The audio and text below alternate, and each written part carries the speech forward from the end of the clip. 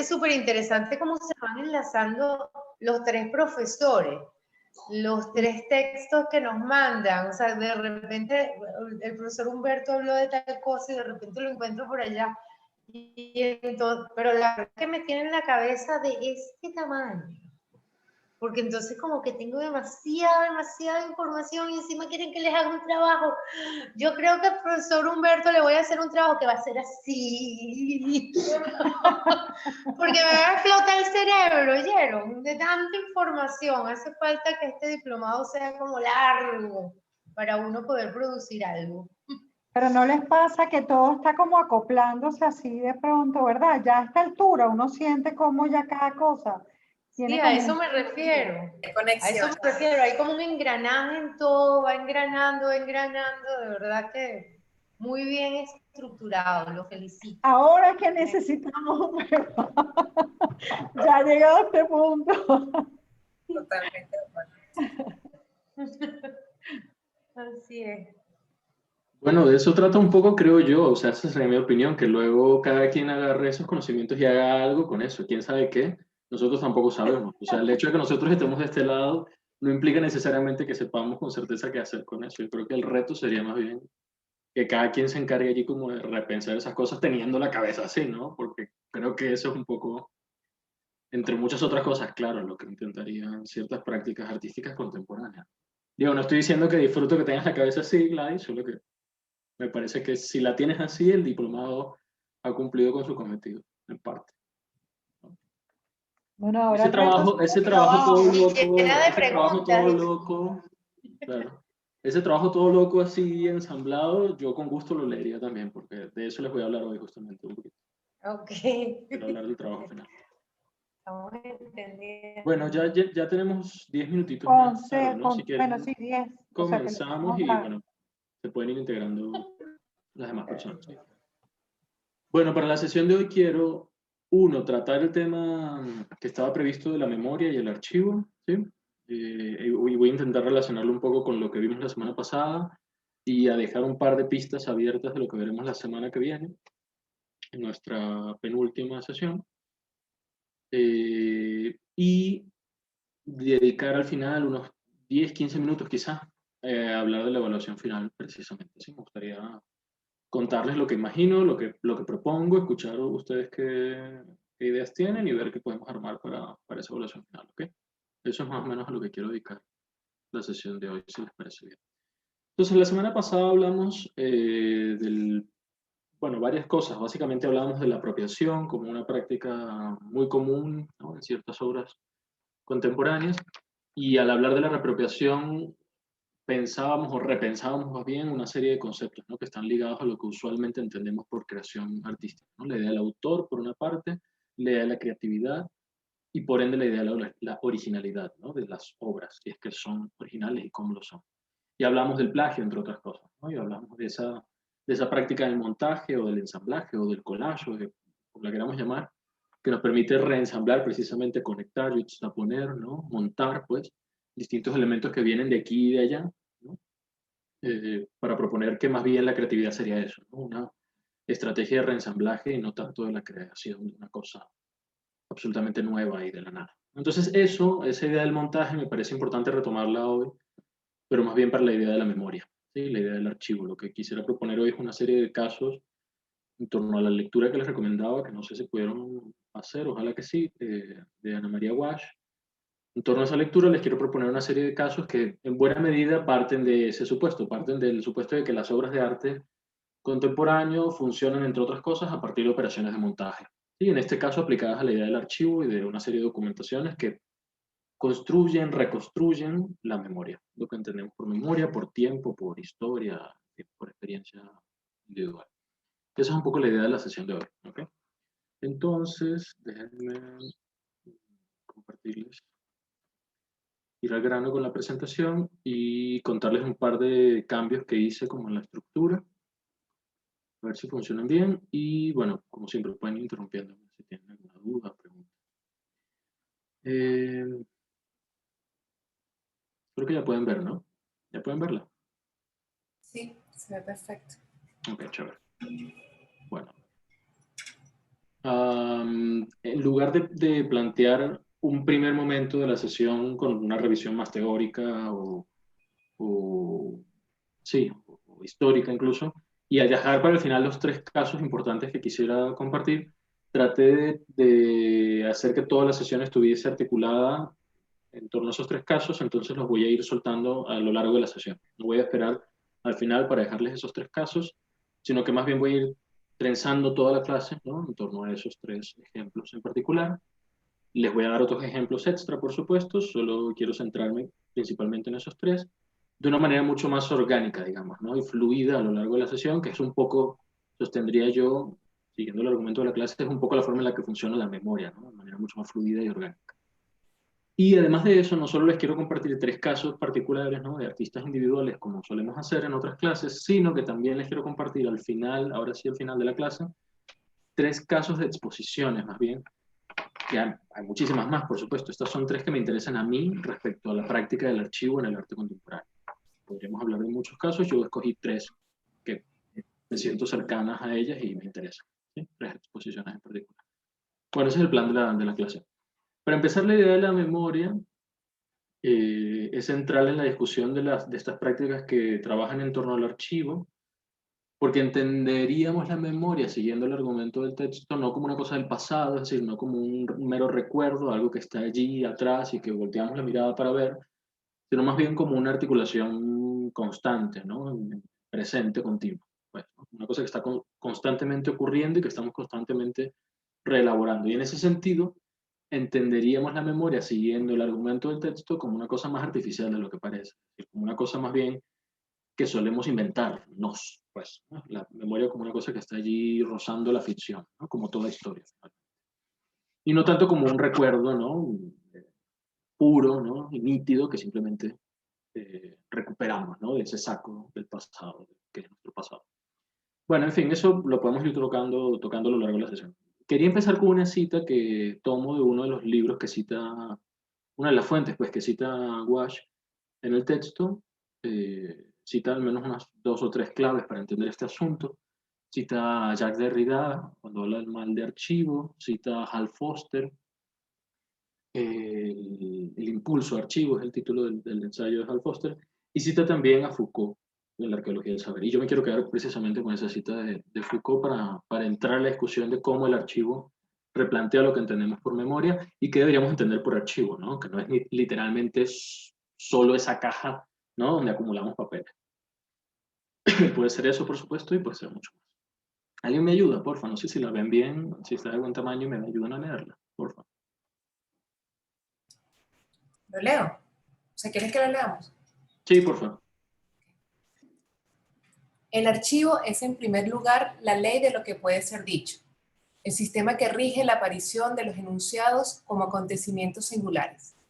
Pero el archivo es también lo que hace que todas esas cosas dichas no se amontonen indefinidamente en una multitud amorfa, ni se inscriban tampoco en una linealidad sin ruptura, y no desaparezcan al azar por accidentes externos, sino que se agrupen en figuras distintas, se compongan las unas con las otras según relaciones múltiples, se mantengan o se esfumen según regularidades específicas, lo cual hace que no retrocedan al mismo paso que el tiempo, sino que unas que brillan con gran intensidad como estrellas cercanas, nos vienen de hecho de muy lejos, en tanto que otras, contemporáneas, son ya de una extremada palidez. Gracias. ¿Qué entienden? ¿Qué dice la cita? ¿Qué les queda después de leer esto? ¿Qué intuyen? Pienso que habla de que el archivo resalta lo anterior. Y lo que es contemporáneo, bueno, como lo dice ahí, ya queda con una extrema palidez porque a lo mejor es lo que tenemos más cerca, en cierta forma, y que no es un papel guardado, básicamente, digo yo. Ok, muy bien. Gracias. ¿Qué más? ¿Qué otras cosas piensan? Yo creo que aquí habla no solo que el archivo registra lo que puede ser dicho, es decir, lo que no se archive se pierde, pero además hay un tema de jerarquización y relación de esos elementos, para que haya, es decir, nosotros les hacemos una estructura a todas esas cosas que pueden ser dichas para ordenarlas según un criterio que definamos, y eso les va a dar una importancia a unas y a otras pues no. Y puede que desaparezcan en esa medida, ¿no? Sí, muy bien. Creo que se relaciona con lo que decía Gladys también, ¿no? Si la manera en la que opera ese archivo no es para nada inocente, ¿no? Responde a una serie de intereses y de operaciones, bueno, en el fondo que podríamos decir son políticas, ¿no? En una medida. Ok, muy bien. Más cosas que se les ocurran o que piensen o les llamen la atención. Bueno, yo también creo que en ese ejercicio del archivo, ¿no? De esas cosas recuperables y que no se quedan en esa dimensión amorfa, hay un tema también de la pulsión de aquello que es significativo, ¿no? Que tiene una significación desde el punto de vista como social, cultural, y que al final es rescatable, es como esa esencia de lo que es obra, ¿no? Es aquello que tiene más allá de lo aparente una significación que a lo mejor es difícil de delimitar, pero que existe y con la que conectamos, ¿no? Digamos, como colectivo. Esto que dices, Gabriela, me parece importante y sobre todo yo trataría de ligar eso con la primera frase del párrafo, ¿no? El archivo es en primer lugar la ley de lo que puede ser dicho, el sistema que rige la aparición de los enunciados como acontecimientos singulares. Es decir, si bien es cierto que esas cosas que podemos archivar, obras, sucesos históricos, lo que sea, aquello que es archivado, el material que forma parte de la memoria de ese archivo, puede tener sus propios significados y sus propios valores y usos, ¿no? Importancias contextuales. Sin embargo, lo más importante, creo yo, de allí es la conjunción, un poco lo que decía Carla también, la conjunción o la estructura total, ¿no? En la cual se ve subsumido ese contenido en el archivo. El archivo sería, desde la perspectiva que propone Foucault y que retoma Walsh en su texto, y muchas de las obras que les voy a mostrar también, el archivo sería más bien una condición de posibilidad, ¿no? Y una práctica discursiva, digamos, ¿no? Es lo que haría que ese material archivado cobre o no sentido y cómo queremos que lo cobre. Puede cobrar sentido para unas cosas y para otras no. Como dice la frase final, algunas pueden lucir muy lejanas, otras más cercanas, aunque las más cercanas sean las más antiguas, ¿no?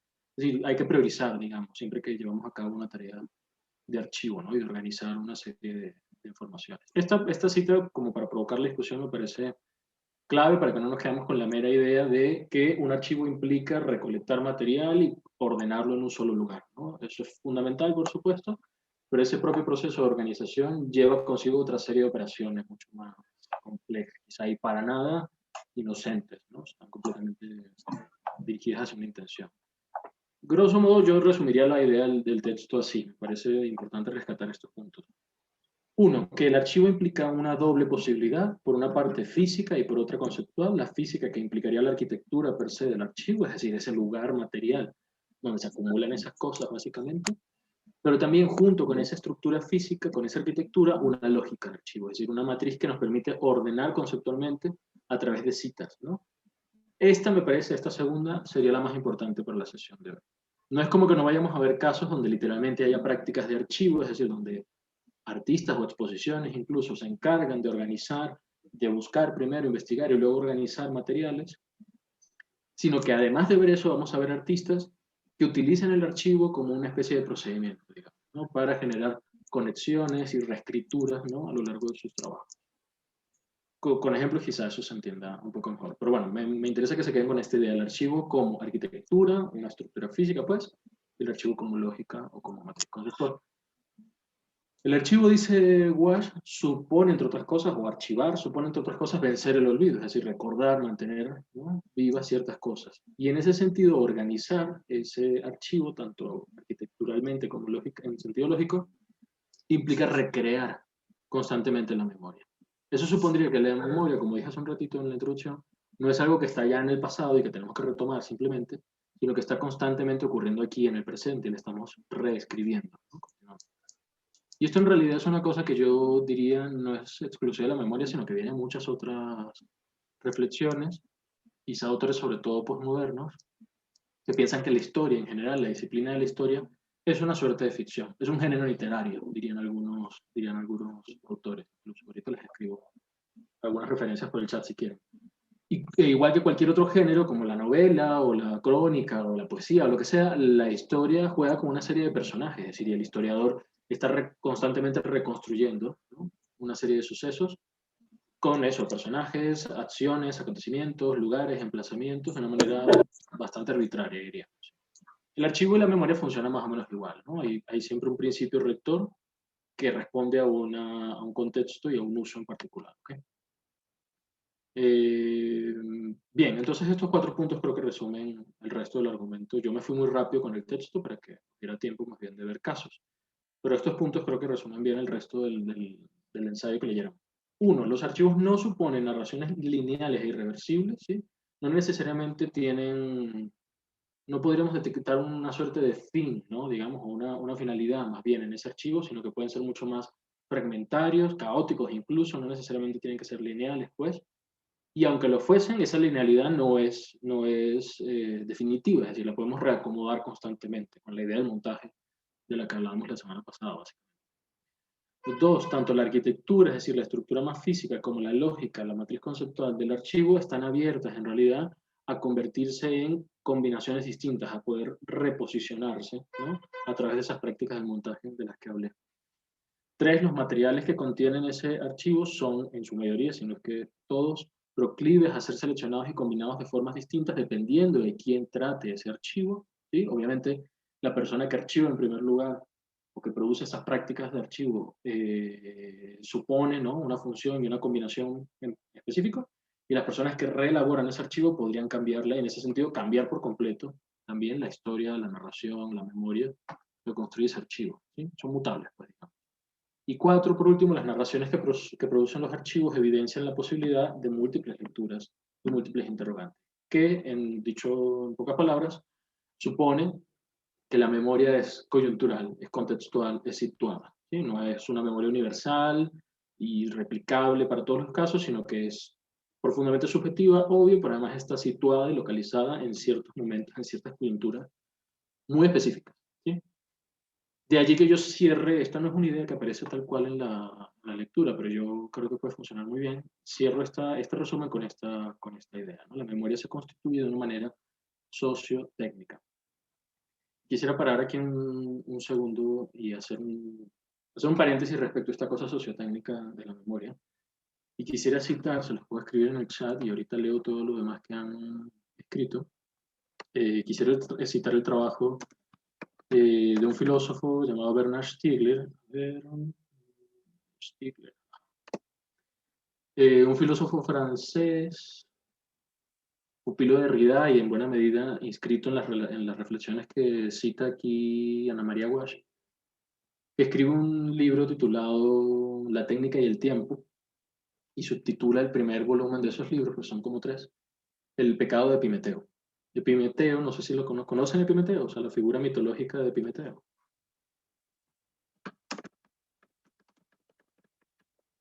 Sí, no. No lo conozco. No, okay.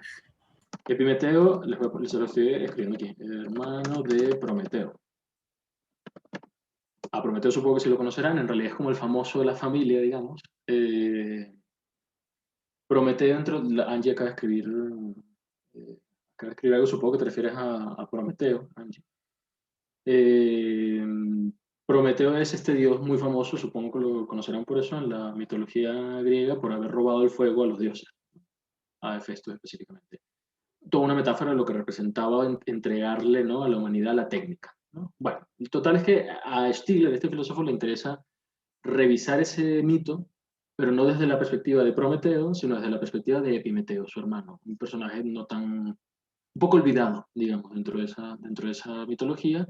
Y dice Stiegler, olvidado con toda razón, porque Epimeteo significa exactamente lo contrario que Prometeo. Son, digamos, hermanos gemelos, ¿no? Y son opuestos, ¿no? Mientras Prometeo, como dice Angie, podía ver en el futuro en el sentido de que preveía, eso significa literalmente Prometeo, el que ve por adelantado, ¿no? O el que prevé, ¿sí?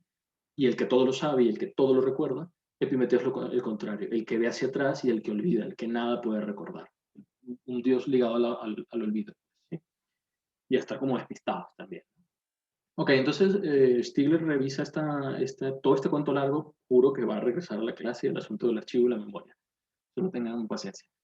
Stiegler revisa este mito de Epimeteo y lo reconstruye, ¿no?, para armar su argumento sobre la memoria. Y dice, ok, cuando llega el momento de crear a los mortales, ¿no?, básicamente a los humanos y a los animales, Zeus le encarga a Prometeo la tarea de repartir los dones, digamos, entre esos mortales, ¿no? A los animales darle unas cualidades y a los humanos darle otras. Y en ese momento Prometeo se dispone a llevar a cabo la tarea cuando Epimeteo se entera del encargo que le dieron y le pide por favor que lo deje hacerlo a él, ¿no? Que él básicamente siempre hace todo y que le permita a él hacer algo. Epimeteo le pide entonces a Prometeo y Prometeo digamos como que accede, ¿no? Le da un poco de lástima y dice que ok, le va a dejar hacer el trabajo. Y le entrega a Epimeteo como una especie de canasta, digamos, donde estaban todos los dones. Y Epimeteo va repartiendo así a diestra y siniestra los dones. A los animales les da, yo que sé, a la gacela la hace rápida y delgada para que sea muy veloz. Al león lo hace muy fuerte, ¿no? Y un poco violento. A la tortuga le da un caparazón para que se pueda proteger. A las jirafas les da un cuello alto para que se puedan alimentar de las copas de los árboles. En fin, va repartiendo dones. Total que cuando llega al dones, además, calculados entre sí, es decir, que suponen el equilibrio ecológico, digamos, ¿no? Que todos los dones, digamos, como que hacen un contrapeso. ¿Sí?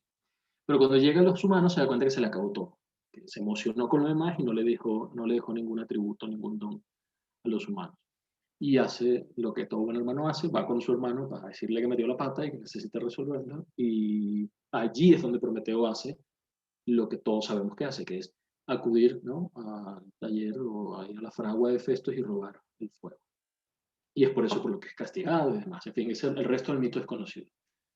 El análisis que hace Stigler de todo este pasaje mitológico es precisamente la relación que tienen los humanos con la técnica, con la memoria y con el olvido. Es decir, lo que supone que Prometeo le haya dado a los humanos la técnica en lugar de un don, o otro don natural, un don que es artificial más bien, el de la técnica, el de saber hacer cosas, supone la interpretación de este filósofo que los humanos somos esos sujetos técnicos, sujetos de la técnica. Sujetamos, nuestra subjetividad tiene que ver con la técnica, con que sabemos hacer cosas, pero también es que estamos sujetos a ella, nos sostenemos, nos agarramos de ella, es lo que podemos hacer, es lo que sabemos, lo único, diría Stigler, que sabemos hacer, a diferencia de otros animales. Entonces, el problema es que esa técnica viene de la mano con un olvido, es decir, la técnica supone resarcir ese olvido original, es decir, la técnica es una especie de solución para la memoria. De allí cuando utilizamos la palabra mnemotécnica, recursos mnemotécnicos, tendría que ver un poco con eso, con que todo lo que hacemos, desde escribir hasta hablar, hasta dar y tomar clases, son formas de recordar cosas y de hacernos recordar y de recordarnos mutuamente, básicamente. Es decir, de reescribir, reelaborar, mantener viva nuestra mente. Poco más, poco menos, quería contar todo esto para explicar por qué para mí y para los casos que vamos a ver ahorita, la memoria es una cosa sociotécnica, es una cosa técnica en el sentido de que nos ayuda a darle forma material a ciertas cosas, como algunos filósofos y biólogos dirían que es una especie de segunda memoria, de segundo cerebro, ¿no? Como extensión o expansión de nuestro cerebro, todas las cosas técnicas que hacemos, pero también es social, sociotécnica, porque nos ayuda a interactuar entre nosotros, ¿no? Y a recordar no solo cosas para nosotros, sino recordarnos mutuamente, ¿sí? A escribir una historia común, digamos, ¿no? ¿Se entiende más o menos todo este cuento largo o no? ¿Se perdieron? ¿No entienden por dónde voy? Sí, ¿Cómo? bueno, yo entiendo. Entiendo. ¿Vamos Creo que bien? me parece Sí, profe, interesante buenísimo. que la Gracias por técnica el... no Dale, dale. No, tranquila, Carla. Bueno, en realidad era un comentario que creo que ya yéndonos menos a lo filosófico y más a lo mundano, pensando en la técnica desde la escritura, ¿no? Como eso que evita pues que olvidemos, hasta el mismo desarrollo técnico que permite, por ejemplo, a la arqueología redescubrir o reescribir cosas que se pensaban que era de una manera. Por ejemplo, y hablando otra vez de la escritura, de estas sociedades que justamente por no tener escritura, han quedado básicamente en el olvido a pesar de que fueron muy influyentes en su momento. Entonces es como curioso esa cosa de la técnica que va como en ambas direcciones, o sea, va para atrás y hacia adelante también. Sí, totalmente. En tanto la técnica es una forma de hacer memoria, como dije hace un ratito, la memoria no está en el pasado. La memoria es también una manera de construirnos un futuro. Entonces sí, por supuesto que va para atrás y va para adelante. Y sí, lo de la escritura pues sí, es súper pertinente para la discusión. Gracias, Carla, por el comentario, porque con técnica me refiero precisamente a eso, una infinidad de cosas, no solo a lo que conocemos como tecnológico hoy en día, esta computadora, un celular, en fin, no. La técnica tendría que ver como con una serie de operaciones y de cosas que sabemos hacer que van incluso desde la práctica más prehistórica que podemos imaginar como tallar, ¿no? Hacer una marca sobre una piedra y eventualmente convertir eso en un alfabeto. Vamos a algunos casos para ver si eso ayuda a orientar un poquitito más la discusión, pero bueno, quería dejar como claro este primer punto de la memoria y la condición social y técnica de la misma. ¿Okay? Vale, entonces nos quedamos aquí. Lo que quisiera es mostrarles unos casos que están en la lectura, para aquellos que no pudieron leerla, repasarla un poco así, y voy a ir mezclando con unos que no están en la lectura y a mí me parecen importantes de discutir. ¿Okay? La lectura empieza como con tres grandes ejemplos, dos de ellos ya los estudiamos la semana pasada justamente. Uno, el trabajo de Benjamin, que hace en el libro de los pasajes, es decir, la reconstrucción de una serie de memorias, en este caso de una ciudad como París, ¿no? A partir de fragmentos, ¿no? Fragmentos contemporáneos con él, ¿sí? Con Benjamin, y que a la vez, sin embargo, como acaba de decir Carla, trazaban una suerte de líneas de fuga, ¿no? Hacia atrás, ¿no? Hacia otros momentos ya no contemporáneos de Benjamin, ni de la ciudad que le había tocado vivir, pero que constituían también lo que él entendía como París. ¿Sí? Y no voy a entrar en detalles en esto porque ya lo discutimos la semana pasada, pero para Gouache es una de las prácticas claves para entender desde inicios del siglo XX lo que concebimos como archivo y memoria. El otro proyecto del que habla es el de Barbour, que ya también lo habíamos comentado un poquito la semana pasada, no sé si se acuerdan, en esta especie de gran atlas de la memoria, precisamente, ¿no? El Atlas Mnemosyne, en el que, a ver, esta otra imagen, en el que construye estas especies de tableros, ¿no? con juxtaposiciones muy sugerentes de distintos tipos de materiales que no eran necesariamente lo que hoy entenderíamos como obras de arte, ¿no? Más bien era una especie de antecedente de lo que actualmente conocemos como cultura visual, ¿no? De hecho, Barbour está considerado como uno de los pioneros de ese campo, de ese nuevo campo de la historia del arte, que son los estudios visuales, ya no la historia. En fin, este es el segundo caso que para Gouache es clave para entender esta forma de tejer una memoria a través de prácticas de archivo, de recolección, organización y estudio de materiales. Y el último, quizá podemos empezar a dar detalles aquí, es este de August Sander, un fotógrafo alemán que emprende esta obra titánica, ¿no? De tratar de retratar a todos los ciudadanos, ¿no?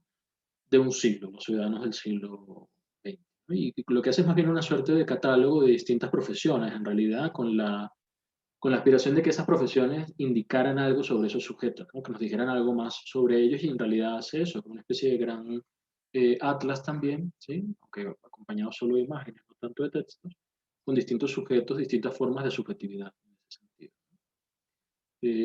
Para Gouache, aquí ven algunos ejemplos, para Gouache los tres proyectos hablaban de un mismo problema, de cómo en un comienzo de siglo tan convulso como el del siglo pasado, las prácticas de la memoria, precisamente, un poco como acaba de decir Carla, nos ayudaban a hacer tiempo, a hacer nuestros tiempos, a reescribir nuestro pasado, a hacer presente y a imaginar futuros también. Eso sería la importancia que ve Gouache en estos tres ejemplos de inicios del siglo XX. ¿Sí? Los pone allí en la lectura como una especie de antecedente, en realidad, porque lo que va a hacer es tirar de allí poco a poco, ¿no? Todas las reflexiones que allí podía haber, para extenderlas más bien hacia prácticas mucho más contemporáneas, de mediados, finales del siglo XX y ya principios del XXI, que finalmente es lo que nos interesa a nosotros aquí en esta materia. Claro. Mientras hace esa suerte de conexión, ¿no? Cada vez más cerca de las prácticas contemporáneas, se da cuenta de que esa práctica del archivo se fue difundiendo, digamos, en otros circuitos también, ¿no? Y se pregunta si acaso las prácticas del collage, por ejemplo, y luego podríamos pensar en cosas como el ready-made, que veíamos la semana pasada también, e incluso después prácticas como las del pop art, si acaso todas esas no son también prácticas de archivo, ¿no? En tanto suponen juxtaponer, ¿no? Hacer una suerte de eso, de collage precisamente, ¿no? Con distintas fuentes, referencias, memorias, saberes, prácticas, en fin. Y bueno, yo no voy a entrar en el asunto del collage porque ya lo habíamos hablado hace algunas sesiones también, pero me parece importante rastrearlo dentro de esa genealogía, digamos, de la memoria y del archivo. Yo voy a entrar directamente más bien en estos casos, en casos más contemporáneos. Ella menciona algunos de estos en la lectura. Este es uno de ellos, este artista alemán, Hans-Peter Feldmann, que es básicamente conocido por una serie de grandes libros, proyectos, editoriales, muchos de ellos, no todos, que recopilan imágenes que ha ido coleccionando a lo largo de su carrera, algunas de manera más situada, algunas de manera más azarosa. Es decir, tiene una serie, ella lo menciona ya en su texto, Build, ¿no? De imágenes, o sea, así se llama, así de simple es el título, donde recopila en realidad hay un montón de cosas de manera mucho más azarosa y mezclada y caótica incluso. Hay series más acotadas, quizá como esta, ¿no? Que habla de los muertos, así se titula la serie. Y es una serie de fotografías a las cuales les ha quitado el resto del contexto donde aparecían, eran fotografías que salían en el periódico básicamente. Él las vuelve a fotografiar y elimina todo el resto del contexto y las deja, como ven aquí, muy como en blanco, digamos, la composición de la página, y acompaña la imagen solamente el dato de la persona que había fallecido, que sí estaba registrado en la nota de periódico. La nota de prensa que hablaba de estos accidentes, muchos de ellos accidentes de lo que podría considerarse por entonces terrorismo, ¿no? Acciones de terrorismo político, pues, en la Alemania en la que vivía. Venían estos datos sobre estas personas que habían fallecido en estos atentados, y él recopilaba esos datos y quitaba el resto de la información. Lo dejaba solo con la imagen del reporte de periódico. Es una serie muy extensa que está traducida en esto que ven aquí, en una especie de fotolibro, ¿sí? Pero bueno, la otra serie, la que ella habla, Bill, es mucho más, digamos, eso, orgánica, ¿no? Los conjuntos de imágenes que aparecen allí no responden a un único tema, ¿no? Hay veces hay fotografías que tomó él, por ejemplo, sobre un mismo tema, árboles, por ejemplo, ¿no? O paisajes más específicamente, y los va agrupando sobre esa subcolección, digamos, pero hay otras colecciones de imágenes que se reapropió de otros espacios, a su vez, ¿no? Que refotografió de otros sitios y simplemente va acumulando. En fin, a mí me interesa más bien trabajos un poquito más cercanos a nosotros que ha hecho el mismo Feldman, como esto que ven aquí. Hay una suerte de, quizás lo que llamaría Foster ese impulso archivo, como una suerte de obsesión, ¿no? Por recopilar cosas en torno a un mismo tema. Y bueno, este ejemplo que ven aquí creo que es muy claro al respecto. Es una serie es una especie de tríptico, ¿sí? Como ven allí, una obra en 3 piezas, compuesta básicamente por imágenes que ha vuelto a fotografiar de grandes obras de arte donde aparecen mujeres sentadas en distintos contextos, en distintas posiciones, de distintas épocas, por distintos artistas. Y construye este gran complejo sinóptico, digamos, ¿no? De toda esta visualidad de un sujeto en particular, es el gran sujeto además dentro de la historia del arte, un sujeto problemático, ¿no? Del cuerpo de la mujer. O bueno, que más bien ha sido problematizado después. Eso es un ejemplo que me parece importante para ir relacionando la idea del archivo con la acumulación también y la reapropiación. Y finalmente este me parece el gran ejemplo de su obra para entender esos cruces entre memoria y el carácter más objetual de esa acumulación. Este proyecto, Laden, fue en realidad una tienda que abrió, ya no recuerdo cuándo, en los 70 o en los 80 quizá, pero bueno, era una tienda real en la que vendía una especie de tienda para turistas, ¿no? Donde había recuerditos, souvenirs y cositas que uno suele ir a una ciudad y llevarle algo a otra persona, como ese tipo de tiendas donde conseguirías un poco de todo, ¿no? Miscelánea, pues, la oferta. Abrió esta tienda y por muchos años dedicó buena parte de su vida a cuidarla, ¿no? A acompañar su proceso artístico con llevar las labores cotidianas de la tienda, digamos. Y la tienda se cerró hace no mucho, de hecho en el año en que se hace esta exposición, en el 2015, y cuando se cierra se convierte finalmente en una gran instalación, se cede todos los materiales que nunca se vendieron a un museo que lo acoge y transforma en esta gran instalación, donde ya no se vende, sino que se exhibe todo el material. Literalmente lo que ven es eso, un montón desde juguetitos hasta postales, objetos curiosos, ¿no? Desde chistosos hasta más sentimentales, quizá, a manera de recuerdo, pero bueno, que acumulan un mare magnum muy extraño, ¿no? Objetual, fetichista incluso, ¿no? Con el que él trabajó durante varios años. De hecho, no solo trabajó, sino que muchas de las obras que hizo en el tiempo en el que la tienda estuvo abierta, las hizo gracias al financiamiento que recibía de las ganancias de la tienda. Entonces, digamos que no era como un hobby, ¿no? Que acompañaba el trabajo, sino una parte sustancial, ¿no? Un componente integral del resto de su práctica. Eso me parece notable y creo que se conecta con el primer caso del que les quiero hablar hoy, el primer gran caso, pues digamos, que es un artista español, Rogelio López Cuenca, y me interesa particularmente uno de sus proyectos. Este que ven aquí forma parte de ese proyecto más grande, pero bueno, es solo una de sus manifestaciones. El proyecto en general se llama Sobrevivir a Picasso, Surviving Picasso, y esto que ven aquí particularmente es una exposición de ese proyecto que se llama Casi de todo Picasso. Pero bueno, el proyecto en general es Surviving Picasso, obviamente como dice el título, tiene que ver con la supervivencia de la imagen de Picasso en la ciudad de donde es originario y donde trabaja en buena medida López Cuenca, que es Málaga, y donde nació Picasso, además. Entonces detecta López Cuenca aquí un fenómeno muy particular, dice él. Ha habido desde el año 2003, al menos, que fue el año en que se inauguró el Museo de Picasso en Málaga, ha habido un doble juego aquí respecto a Málaga y a Picasso. Una especie ¿cómo dicen? picasización de Málaga, es decir, transformar todo lo que puede verse en Málaga o atravesarlo por Picasso, es decir, por imágenes que aluden a la figura y a la fama de Picasso, para reeditar, por supuesto, en la fama turística, claro, de Málaga como ciudad, y a la vez la malagueñización de Picasso, que dicen no es menos forzada, porque Picasso en realidad nunca volvió a hacer gran vida en Málaga y terminó haciéndola en otras partes, sobre todo en Francia, por supuesto. Pero bueno, le parece interesante esa tensión, ¿no? De convertir a Picasso en un sujeto estereotípicamente malagueño y a la vez en convertir a Málaga en una especie de gran obra picasiana. Y bueno, detectando esos cruces allí, va de una manera muy obsesiva, diría yo, va recopilando materiales que va consiguiendo a lo largo de Málaga, precisamente, que hablen de ese fenómeno. Y los va reuniendo en esta suerte de tienda ficticia, como si fuese la tienda de un museo. A mí incluso me parece que uno podría pensar en la tienda de ese mismo museo, el Museo de Picasso, Málaga.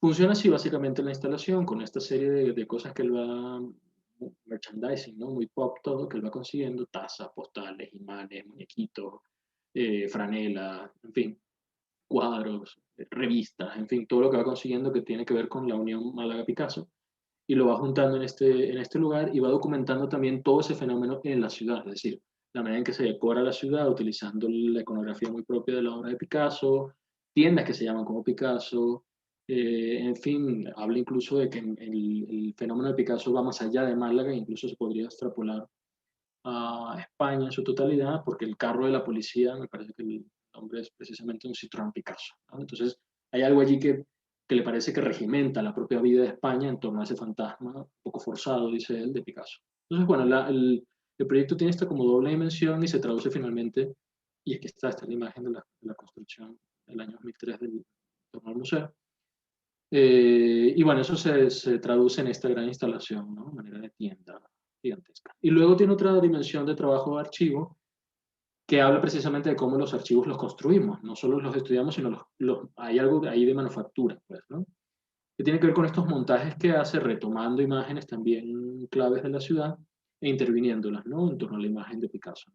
Utilizar la tipografía más bien, tipografía extraída de la caligrafía de Picasso, ¿no? Y hablar de los pisos, ¿no? Del negocio inmobiliario, como en aquí Paraíso Inmobiliario, no solo en Málaga, sino en España en general, ¿no? En torno a estas figuras clave. En fin, una muy compleja trama de discursos que atraviesan lo político y lo económico, pero en torno a la memoria viva de Picasso. ¿Sí? Este es el primer gran caso que les quería contar. Ahora, esa suerte de acumulación y de rastreo obsesivo de cosas se puede ver también en otras prácticas. Esta es una obra de Damien Hirst, que quizás ya lo habían visto en otras clases.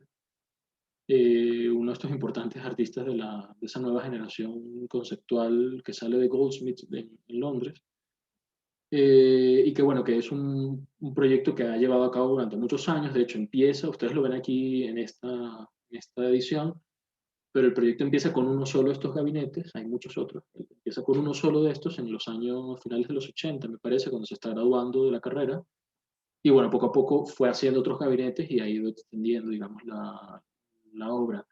La instalación consiste básicamente en estos gabinetes con medicamentos, cajas más bien, botellas, frascos y tal, de medicamentos vacíos ya utilizados, pues, de medicinas que tomaba su abuela. Hay un registro muy personal, creo yo, en la obra. Y que se van acumulando y se van intercambiando y se van juntando con otros frascos y otras medicinas que él va incluyendo, digamos, poco a poco en las instalaciones y conforman esta suerte, pues sí, de botiquín, ¿no?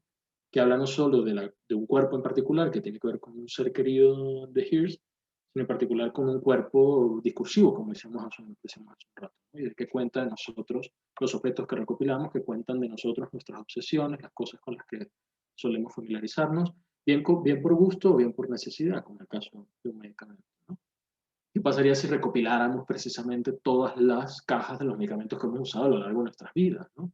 O pienso en el ejercicio que creo que era Gladys, me parece que sí, hace varias semanas cuando hablabas de los tapabocas, ¿no? De cómo habías ido recolectando, me parece, todos los tapabocas. Creo que hay algo ahí interesante también que podríamos pensar sobre nosotros mismos y sobre nuestra cotidianidad. Y creo que es algo que se ve aquí en esta obra. Este yo creo que ya lo habíamos visto en algunas clases, pero la quería recordar, una obra de Mark Dion, un artista británico que hace una instalación para la Tate en Londres, situando esa obra justamente alrededor de la Tate y trabajando con el río Támesis, con la basura que iba consiguiendo en el río Támesis y haciendo una suerte de investigación pues sí, entre lo antropológico, más bien, y respecto a las prácticas y las rutinas de los seres que producen esa basura en torno al río, pero también arqueológico, ¿no? Respecto a la memoria que nos permite reescribir y contar otras historias a partir de esos vestigios, ¿no? Que vamos consiguiendo. Y que es un artista emparentado con la crítica institucional de la que hablamos hace muchas semanas. Hay otro proyecto muy parecido respecto a la manera en que reescribimos historias, incluso nos las inventamos de manera jugando con la ficción, pues, pero a partir de la recolección de objetos, específicamente de basura, y ese caso me parece muy claro en la obra de Tres, un colectivo que se llama así, Tres, colectivo mexicano que se dedica básicamente a eso, a estudiar la basura, y son personas que se la pasan por ahí como recogiendo basura. Es muy curioso verlos trabajar porque están siempre como las espiadoras de la semana pasada, agachados, ¿no? Viendo qué se consiguen por ahí para recogerlo y estudiarlo. Tienen una serie absurdamente extensa en torno a las colillas de cigarro. Ya no recuerdo cuántos son, pero me parece que hay más de 40.000 colillas de cigarro que recolectan y que documentan, como están viendo aquí, ¿no? Todas tienen un número que les permite identificarlas dentro de su colección, de su archivo, y que les permite luego disponerlas siempre de la misma forma cuando las exponen. Y las colillas vienen acompañadas de este dispositivo como de registro del archivo, que es donde ocurre el ejercicio de la ficción del que yo hablaba, porque intentan imaginar, ¿no?, que por la forma de lo que ha quedado del cigarro a través de la colilla, pueden suponer quién y cómo era la persona que lo fumó, ¿no? Quién era, cómo lucía, cuánto pesaba, cuánto medía, qué edad tenía, si tenía algún tipo de carácter en particular, según cuánto fumó o no, o hasta dónde la dejó. En fin, hay un ejercicio mucho más de ficción, pero que está estrechamente ligado a aquello que van recogiendo, ¿no? Si lo buscan por ahí, las instalaciones son alucinantes porque es entrar a una galería con el piso y las mesas y todo lleno de colillas, ¿no? Realmente abrumador. Y tiene otras obras fantásticas eh, que hablan también de otros tipos de memoria, no necesariamente con basura. En otros casos, por ejemplo, rastrean residuos de orina en las calles, ¿no? Entonces van hablando de estos desechos que se consiguen, ¿no?, y de esta suciedad de la calle y cómo hablan de nuestra propia vida cotidiana. Y tienen otra fantástica, no sé si habíamos visto, ¿no?, sobre chicles. Chicles, básicamente, debajo de las mesas, debajo de los pupitres, en las calles, debajo de los zapatos, debajo de los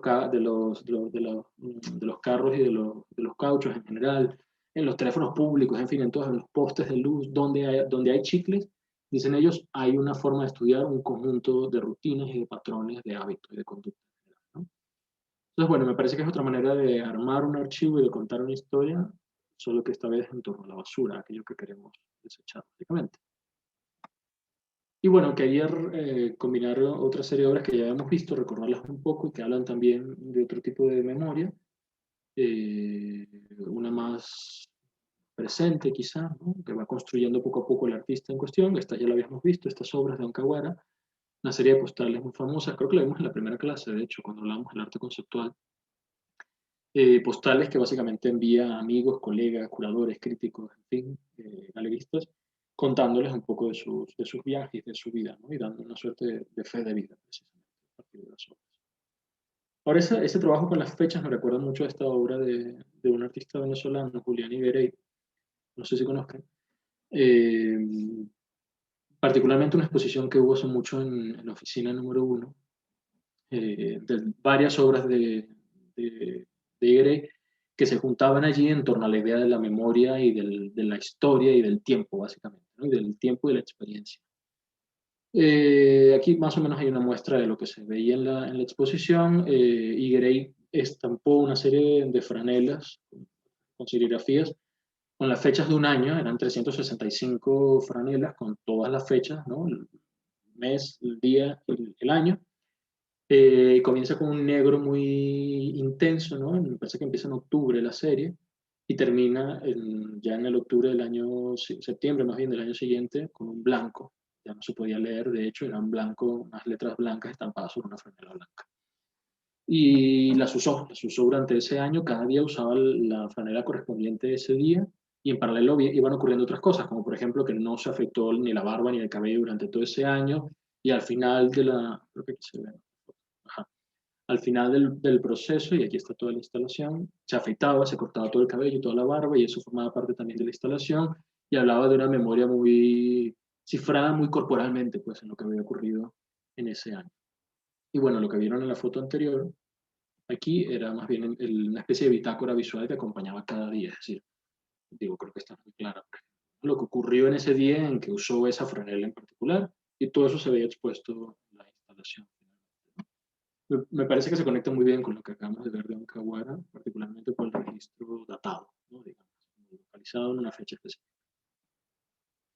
Y eso me lleva, por el asunto de las fechas de la historia más personal, al segundo caso importante que les quería compartir hoy, que es, en general es Boltanski. Lo vamos a ver con 3 obras, o 4, 3 en particular. Todas ligadas a la idea del cuerpo, particularmente, ¿no? Y qué ocurre con la memoria cuando se inscribe en nuestros cuerpos o en los cuerpos de otros.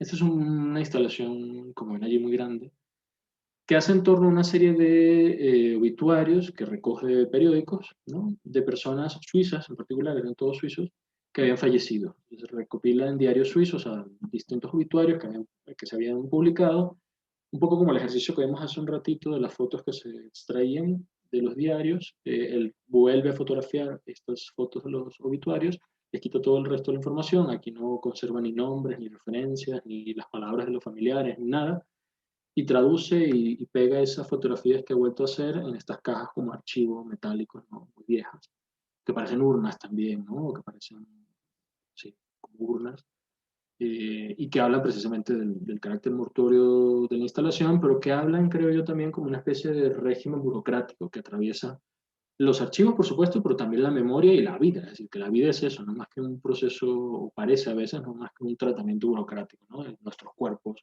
de nuestras experiencias, de nuestros saberes. Creo que queda todo cristalizado en esta instalación, un poco cruda quizá, pero creo yo muy efectiva para la discusión que estamos haciendo aquí.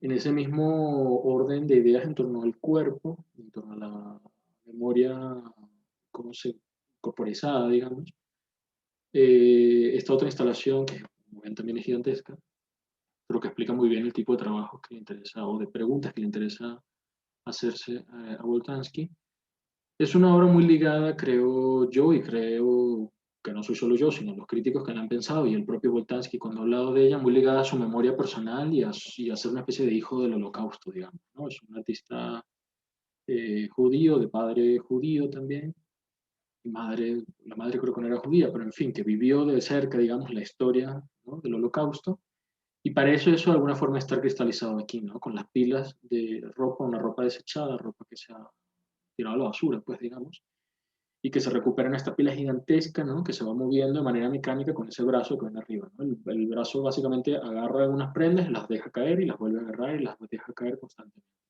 Y todo eso ocurre a la par de lo que ven alrededor, ¿no? Una serie de como de pequeñas plazas, pequeños segmentos, ¿no? Muy bien delimitados como cuadras, ¿no? Donde van todas esas otras prendas que han sido allí ordenadas, que habla un poco también como de esa regimentación del espacio y del cuerpo, claramente ligada a los campos de concentración, ¿no? Y a esa terrible memoria. Y una última obra que me interesa de él juega claramente con el registro de la ficción del que yo hablé hace un ratito, y cómo la memoria es algo que nos podemos inventar en realidad. A veces contamos cosas que nos pasaron y creemos que las estamos contando justo como nos pasaron y no nos damos cuenta que las estamos adornando constantemente. A veces con una intención muy clara y a veces sin querer, digamos, ¿no? Pero constantemente estamos adornando, reescribiendo pues la memoria, ficcionando.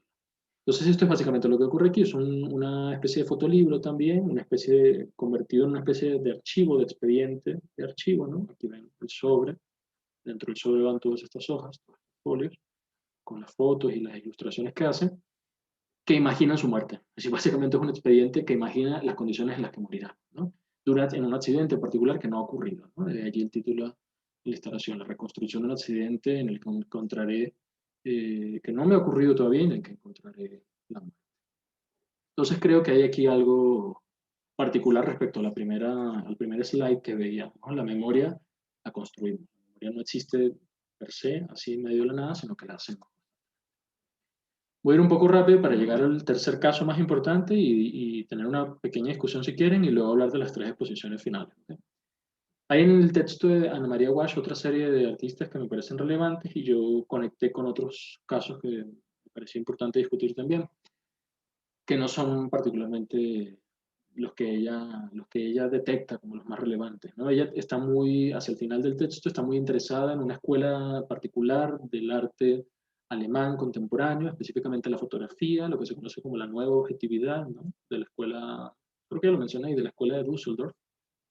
Alumnos, pues, de Bern y de Hilla Becker, ¿no? De estos grandes fotógrafos, series muy, digamos, series ya muy conocidas por la manera estructurada en la que entienden la objetividad de la fotografía, pero más bien ella habla de los pupilos de esa escuela, ¿no? De otros artistas como Thomas Roth, Andrea Gursky, Candida Heffer, en fin, otros fotógrafos que entienden, sí, que hay algo importante como en la herramienta documental de la fotografía. Por supuesto que la fotografía nos permite ver, encuadrar y contar, ¿no? Dar un testimonio de algo, esto pasó, esto fue así, esto existió de este modo, pero a la vez eso está innegablemente atravesado por la subjetividad de quien ve, de quien encuadra y de quien hace clic para tomar la foto. Entonces, sí es una especie de objetividad, ¿no? Pero de allí que se le llame nueva objetividad, una objetividad quizá más sincera, una objetividad que reconoce que finalmente es subjetiva, ¿no? O por paradójico que suene.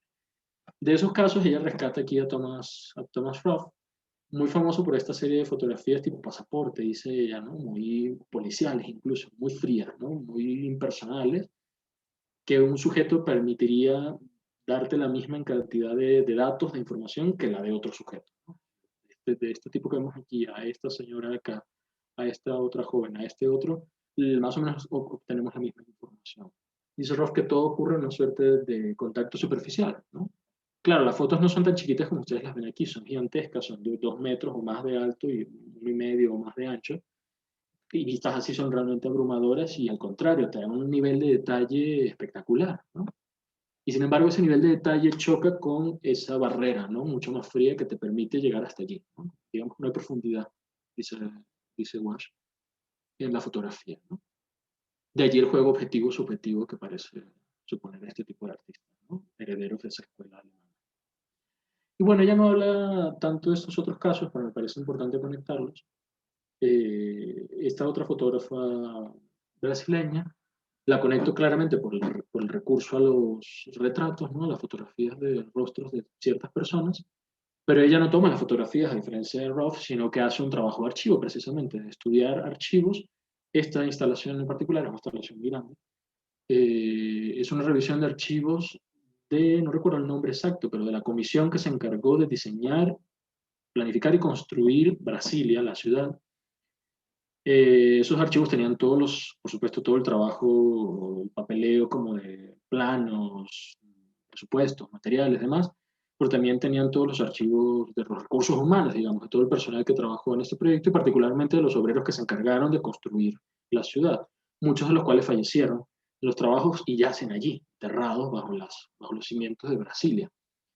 Y ella hace un trabajo de recolección de esos archivos precisamente y fotografía esas imágenes que están allí, es decir, toma fotografías de esas fotografías, ¿no? Casi todas como en aquí, tipo carnet, como de una identificación. Y de pronto se da cuenta de que una de las cosas más terribles de eso es que la mayoría de las personas que estaban allí trabajando eran niños. Es un poco lo que se ve en esta imagen de este de aquí, ¿no? Los demás no, pero en este caso sí. Muchos de las personas que trabajaron allí y que fallecieron en esos trabajos eran niños. Entonces hay una construcción allí interesante que pasa, por cierto, a través de la misma reapropiación. Es decir, ella lo que hace es fotografiar los mismos archivos, quitar el resto del material y reimprimirlos a una escala mucho más grande que el original, ¿no? Fotos así chiquitas. Ella misma tiene otra serie mucho más reciente que expuso hace algunos años en Argentina, en Buenos Aires particularmente, respecto a la memoria del antiguo bloque soviético en Latinoamérica. Es decir, básicamente lo que supone la persistencia de proyectos socialistas en Latinoamérica y qué relación tiene o no con lo que la historia ha llamado el socialismo realmente existente, es decir, el socialismo de Estado de la Unión Soviética, ¿no? Y particularmente ella piensa en Brasil, obvio, en su país, y piensa en el, para entonces todavía, gobierno de izquierda de Brasil y qué relación podía tener o no con aquel fantasma de aquel gran socialismo histórico, ¿no? Y todo esto queda condensado en la imagen de Lenin. Ella lo que hace es, y esto es muy interesante respecto a la clase pasada y la cosa de la reapropiación, ella se mete a internet a buscar imágenes de estatuas de Lenin en todo el mundo, se concentra en países ex soviéticos, pero en general en el mundo busca donde hay estatuas de Lenin, descarga esas imágenes, las imprime en este formato pequeño como una especie de postal, y creo que ahí se ve muy bien, como si fuese un acordeón, de estos acordeones que podías comprar antes, donde te vendían postales precisamente en una ciudad. Imprime todas esas imágenes allí y en rojo, que no sé si alcancen a verlo bien, anota los datos de dónde está la fotografía, por ejemplo, y de dónde la sacó, ¿no? Y pega en algunas, que se ve aquí, aquí, aquí y aquí, pega en algunos casos una manzana roja, de allí el título de la instalación, ¿no? Buena y mala manzana. Un poco para dejar abierta la discusión a quien ve la instalación sobre cuál de esas memorias que queda allí condensada en esos monumentos son buenas o malas, que me parece un poco reduccionista la discusión, pero en todo caso habla de cuáles se mantienen vivas y cuáles no. Muchos de los monumentos, perdón, que están allí retratados ya han sido destruidos, que es una cosa muy común después de la caída. Desde la caída del muro de Berlín y finalmente con la caída de todo el bloque soviético fue muy común que se destruyeran muchas de estas estatuas, sobre todo las de Stalin, yo creo que quedan poquísimas en esos países, y de Lenin quedan algunas otras, ¿no? Y muchas se destruyeron y eso es lo que ella trata de documentar allí, cuáles quedan vivas y cuáles no, tanto en físico como en la memoria. Claro, están estas otras obras que ya habíamos visto hace mucho y me parecía importante recordar, hablan también de una suerte de memoria, las obras de Rineke Dijkstra. No voy a entrar en detalle porque ya las discutimos hace mucho, pero bueno, esta y esta en particular me parecen muy buenas para abordar el tema del archivo y de cómo lo vamos reconstruyendo a lo largo del tiempo. Vean allí la cantidad de años que invirtió en este proyecto en particular para retratar la vida de un solo personaje, ¿sí? Y voy entonces con el último de los proyectos que les quería contar, la última de las artistas, que es Sophie Calle. Sophie Calle es una fotógrafa francesa muy ligada al movimiento del arte conceptual. Su obra de la década de los 70 y sobre todo 80 está claramente ligada a muchos experimentos de eso que vimos en la primerísima clase de nuestro curso, de eso que llamamos un arte conceptual en tanto que es procesual y que se interesa más bien en el trabajo, ¿no? En el work in progress más que en el resultado. En fin, muy influenciada por ese tipo de lenguajes, Sophie Calle tiene grandes series, ¿no? Que se constituyen en sí mismas como pequeños archivos, que se pueden relacionar entre sí, ¿no? Por la manera en la que ella suele borrar siempre los límites entre lo individual y lo colectivo, ¿no? Lo íntimo y lo público, el espacio privado y el espacio común, digamos, ¿no? Parece que siempre hay una tensión constante allí, borrar, ¿no? Esa barrera sin saber bien dónde termina mi espacio y dónde comienza el otro. Esta primera obra creo que es impactante al respecto. Es una serie fotográfica que hace invitando a personas a dormir en su casa, en su colchón, con la condición de que les permita fotografiarlas. Claro. Entonces las personas van a dormir a su casa, invita a personas solas, invita a parejas, en fin, a que duerman en su casa, en su colchón, y ella pasa toda la noche, ¿no? En vela fotografiándolos y haciendo anotaciones. No solo toma fotografías de lo que va ocurriendo, de los movimientos, las prácticas, lo que ocurre, sino que hace como una especie de diario, ¿no? Anota el nombre de la persona, la fecha en la que fue a su casa y lo que ocurrió, de qué hora estuvo durmiendo, qué cosas hizo y demás. Es una serie muy grande, si la buscan completa son montones de fotos y es muy bella porque termina al final con un colchón vacío. Incluso pareciera como que se deshizo de él, yo qué sé, cosa que no estaría ni tan mal después de que pasaran tantas personas por esa cama. Pero bueno, es un proyecto muy interesante que para mí es como la puerta que abre a otros proyectos mucho más densos y incluso más inquietantes, ¿no? Como este de aquí. El hotel es una serie en la que Cal se hace pasar por una mucama de un hotel, no sé cómo, parece que es un artista muy hábil, no sé cómo se les ingenia para conseguir trabajo allí, y bueno, se encarga de hacer la limpieza básica, la contrata para eso, para hacer la limpieza de las habitaciones de los hoteles. Y Sophie lo que hace básicamente es entrar a las habitaciones y no limpia nada, lo que hace es fotografiar. Va a la habitación después de que el huésped la ha dejado y fotografía cada pequeño detalle que le parece curioso, desde las pertenencias de la persona hasta cosas que ocurrieron, que se ve que ocurrieron, como la basura, y revisa la basura.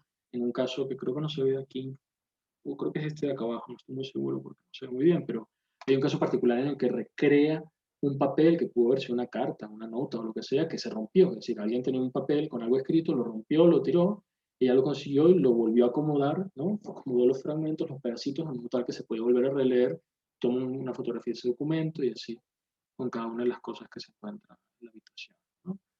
Y bueno, imaginen, por supuesto, que cuando regresas todo está exactamente igual y no te enteras que esto pasó. Y a mí particularmente, desde que conocí la obra, cambia mi impresión de los hoteles radicalmente. Hay una obra que es como la gran obra de este tipo de estrategias en la carrera de Sofical, que es la Suite Venetian, la Suite Venecia. Es una suite muy larga, muy compleja, que comienza en París y termina a través de una serie de operaciones muy locas en Venecia, pero bueno, básicamente se trató de una suerte de persecución, digamos, de seguir constante, de manera obsesiva, constantemente, obsesivamente a un sujeto X, que finalmente por cosas del azar pudo conocer, pero bueno, en principio era un completo desconocido. Comienza la serie en París, de manera, insisto, azarosa, termina conociendo a este sujeto, y logra identificar, ¿no?, que esta persona iba a viajar a Venecia, y a través también de una investigación muy obsesiva, viaja a Venecia y lo intenta buscarlo. La serie finalmente en Venecia va de eso, de intentar buscarlo, va desde la aerolínea hasta pedir información en estaciones de policía, en hoteles y personas que le habían presentado al sujeto, para intentar reconstruir dónde estaba y seguirlo, básicamente, seguirlo y fotografiarlo. Hay partes muy bonitas de la serie como esta que ven aquí, donde el tipo resulta que llevaba consigo una cámara y en alguna de las caminatas que hace se detiene a tomar una foto. Sophie no solo toma una foto de ese momento en el que él toma la foto, sino que después, cuando él sigue, va a ese mismo lugar e intenta reconstruir la foto que él habrá tomado, ¿no? Como imaginar qué imagen habrá captado con su cámara e intenta recrearla también. En fin, es una serie muy larga, que termina básicamente con el regreso de Sophie a París sin haber terminado de concretar del todo, no haberlo conseguido del todo, pues, aunque buscó mucho. Pero bueno, regresa con esta serie muy extensa que le hace pensar precisamente en esos límites. Quizás es la serie más compleja para hacerle pensar en esos límites entre lo privado y lo público. Y eso es lo que la lleva a esta última serie de la que les quiero hablar sobre ella, The Shadow, ¿no? La Sombra. Es una serie donde intenta invertir los papeles. Entonces, ya no es ella la que persigue, sino la que será perseguida. Le pide a su madre que contrate un detective privado, para que la siga. Evidentemente el pobre detective no está enterado de nada, él simplemente cree que es la mamá que, pues, querrá averiguar qué está haciendo su hija, y el detective sigue las instrucciones de su mamá como una cliente cualquiera, le pide que tome fotografías y lleve un diario de cada uno de sus movimientos. Y es lo que ven aquí, la serie ni siquiera está tomada por ella, en ese sentido son fotografías que no tomó ella, son fotografías que extrae del archivo, del expediente que le entrega el detective a su madre, y las anotaciones también, salvo la principal, donde ella relata el proyecto. Todas estas pequeñas anotaciones, como esta que ven aquí, a tal hora atravesó tal jardín y se tomó una fotografía con fotógrafo ambulante, a tal otra hora hizo tal otra cosa, y así. Las anotaciones y las fotografías son del expediente en cuestión. Y de nuevo, ella ahora es la que es perseguida y no la que persigue, un poco invirtiendo los roles de la obra. En fin, este era el tercer gran caso que quería contar, un poco tramado con los otros para entender ese carácter mucho más orgánico y fluido de lo que entendemos por memoria y por archivo. Perdón, no recordaba que había incluido esta obra también. Es una última obra de Cal. Este es otro proyecto que, bueno, no huelga decir que todos los proyectos son problemáticos, ¿no? Incluso en términos éticos, desde el hotel hasta el de las persecuciones. Si esos lo son, este es mucho más problemático. Esto es una obra en la que Sophie se consiguió en la calle una libreta de direcciones con una agenda, teléfonos y así. Y bueno, tras conseguirla, la registra, ¿no? Revisa bien todo lo que hay allí, se obsesiona un poco con la persona que haya podido perder esa revista, esa libreta, perdón, esa agenda, y copia todos los datos con los que se consiguió en la libreta. Los copia y luego decide que va a regresar la libreta y la envía de manera anónima a su dueño. Mientras hace eso, comienza a contactar a todas las personas que estaban anotadas en esa libreta y comienza a tener entrevistas con aquellos que accedieron, claro, para hablar de esa persona. Básicamente les dice algo así como, oye, conseguí esta libreta, ¿no? Mira, la conseguí en la calle, quiero regresársela a la persona, quiero saber un poco quién es, si me puedes contar, y algunas personas acceden y se ven con ella, y eso es lo que ven aquí. El resultado son estas composiciones de texto que transcriben un poco los intercambios con esas personas con imágenes, ¿no? Imágenes que toman a veces de la persona, como esta que ven aquí, ¿sí? A veces del lugar donde se vio con la persona, como este café, ¿sí? A veces de la calle donde se iba a ver con esa persona, como este café. En todo caso, es un proyecto también muy largo que intenta reconstruir no solo el rostro, sino la historia de una persona a la que nunca conoció, en realidad, ¿no? A través de terceros. Sí llega a conocerlo en algún momento, porque la serie se va publicando poco a poco. Hoy en día es un libro, es un fotolibro, pero mientras se publicó a lo largo de los 80, aparecía en un periódico francés. Entonces, como comprenderán, eventualmente el dueño se enteró de lo que estaba ocurriendo e incluso amenazó con matar. Y, realmente se llegó a un acuerdo y nunca llegó a mayores. Pero hubo ahí una cosa muy inquietante, insisto, que creo que se hace presente en las demás obras. En fin, este sí, ahora sí era el último caso. Antes de pasar al cierre, no sé, me gustaría escucharlos, saber sus opiniones, qué impresiones tienen sobre los casos. Y cierro, si les parece bien, porque empezamos un poquito tarde. Digo, si alguien se tiene que ir, no hay problema, pero quizá nos tomamos unos 10 minutitos más para cerrar con las 3 exposiciones que les quiero contar. Pero primero los escucho, ¿qué opinan? ¿Cómo vamos así? Profe, qué fastidioso. Mire, bueno, veo todos esos casos, pero el que yo podría decir que no los entiendo todos porque hay que leer y hay que estudiarlo, pero el que menos me visualizo, pues, será el de los gabinetes de medicina. ¿Qué me quiere decir ese señor Damien Hirst con esa recolección de los gabinetes de medicina? Ok, aquí te va la respuesta, Gladys. Y es aplicable al resto de mi curso, de lo que hemos visto y de lo que falta, y yo me atrevería a decir que es aplicable al resto del diplomado, independientemente de lo que opinen los otros profesores. Yo no te puedo decir lo que te quiere decir Damien Hirst, ¿sí? Lo que te puedo decir es lo que yo creo, o lo que yo intuyo y lo que yo ato, ¿no? Junto, pienso respecto a lo que he visto, leído y conozco de Hirst. Son dos cosas distintas, ¿no? Para que no te vayas con la idea de que lo que yo te estoy diciendo es lo que Hirst pretendía, ¿no? Sin embargo, puedes leer, o sea, porque Hirst tiene documentados sus trabajos como un artista de raigambre conceptual, entonces puedes leer, ¿no? Puedes leerlo primera voz. Pero en todo caso creo que tiene que ver con el asunto del cuerpo que yo contaba hace un rato. Si la memoria es, entre otras cosas, una forma de restituir el olvido, como decíamos hace un rato, y la técnica está asociada a la memoria por esa restitución, por esa manera de resarcir ese error, esa falta, eso que no podemos recordar, creo que la técnica y la memoria encuentran un lugar en nuestros cuerpos, ¿sí? La manera en que nuestros propios cuerpos funcionan también como artilugios mnemotécnicos, digamos, para recordar cosas, para recordarnos nosotros. El ejercicio aquí, claro, no es sobre su cuerpo, es sobre el cuerpo de un ser querido, su abuela en este caso, y me parece más bien incluso una provocación, ¿no? Sobre el orden farmacológico que rige nuestras vidas. Básicamente, y yo creo que las condiciones de la pandemia harán esto más y más evidente, nuestras vidas están atravesadas precisamente por eso, la industria farmacológica y químicos y demás, ¿no? Lo que algunos autores como, creo que es Bifo, Berardi, Franco Bifo Berardi, lo estoy anotando, ¿no? Eso, hablan del farmacocapitalismo, básicamente, ¿no? y de la dependencia del capitalismo en buena medida de la industria farmacéutica. Entonces creo que lo que hay ahí es una reflexión sobre cómo esa memoria queda inscrita en nuestros cuerpos, ¿no? En este caso a través de un objeto en particular o una técnica en particular, que es la técnica médica o química incluso. Pero insisto, este soy yo, pensando e interpretando, no te puedo asegurar que es él. Gracias. Fernando, ¿quieres decir algo? Pero me quedó Sí, mal. Sí. Bueno, a Gladys le digo que yo tengo un Hirsch en mi consultorio. Cuando ella quiera va y lo ve, que hay porquerías de mi papá y mía metidas de hace 30 años. Yo también puedo ir. Tú tienes tu propia exposición. Igualito a las horas, idéntico a la obra de Hirsch, idéntico, lleno de cajitas y cositas, cosas de mi papá además, que ya imagínate tú, la de años que tienen. Pero sí, además es la misma obra, pero sí, indudablemente es una obra de memoria, pues, sin duda. Y cómo afecta la medicina a tu vida, me imagino yo. Y en qué relaciones tienes ahí, pero lo tengo ahí, lo puedes ver idéntico.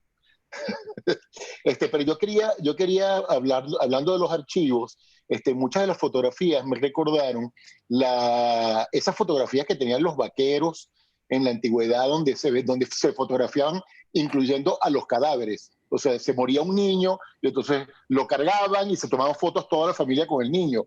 Y era muy curioso, porque claro, siendo de aquella época, no había ninguna emoción. O sea, el niño estaba muerto o el adulto estaba muerto, la señora estaba muerta, la sentaban en una silla y se fotografiaba toda la familia con el cadáver.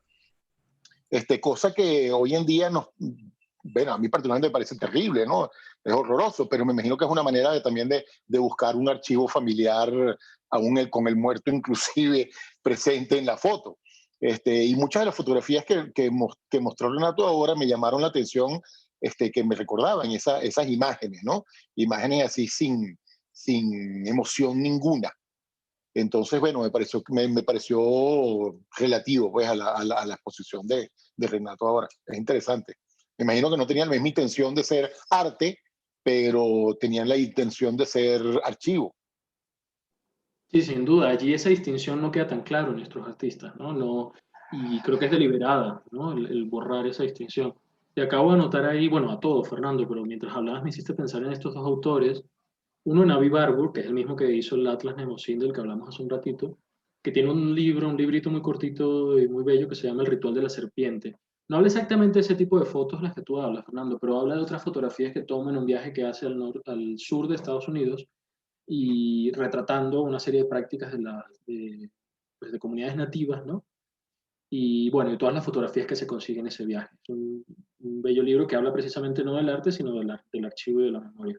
Y después, un pupilo de Barbour, George Didi Uberman, un filósofo muy influyente en la actualidad, que tiene todo un trabajo sobre el tiempo de las imágenes y el tiempo de las fotografías, que creo que, de hecho, tiene todo un análisis muy interesante sobre las fotografías de casos de clínicas psiquiátricas al inicio del siglo, finales del XIX, principios del XX, en torno a pacientes que todavía eran consideradas, pacientes mujeres consideradas como histéricas. Esto tiene un archivo gigantesco, alucinante, al respecto y hace toda una reflexión sobre el asunto del archivo. Me recordó esto que decías ahorita y se lo quise anotar ahí. Yo no sé si Lubezka quería decir algo y si no, Angie, que tiene la mano levantada. Sí, bueno, quería comentar, me encanta mucho este tipo de lo que sería el archivo de arte contemporáneo porque me parece que evoca el recuerdo, es narrativo, documental, histórico, puede ser ficticio, a su vez también es como si estuvieras viendo una película, ¿no? En algunos casos de los que muestras.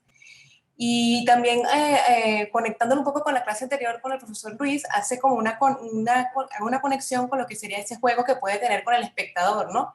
En donde nosotros podemos imaginar y darle un contexto propio a cada una de esas experiencias en algunos casos o en otros casos las obras que muestran cada uno de estos artistas.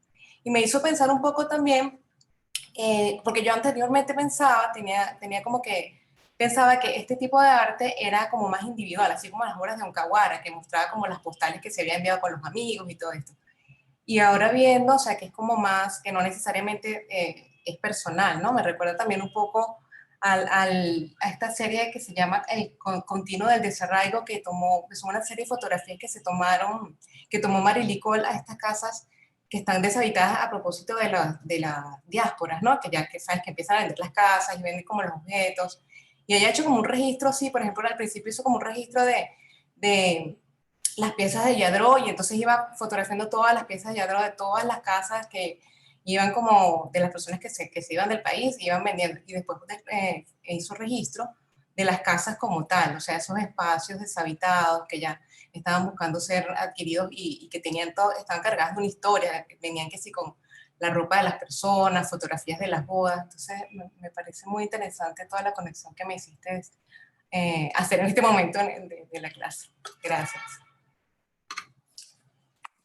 Gracias a ti, Lubezka. Angie, ¿tú quieres agregar algo? Sí, profe. Bueno, sobre todo como a entender la memoria, ¿no?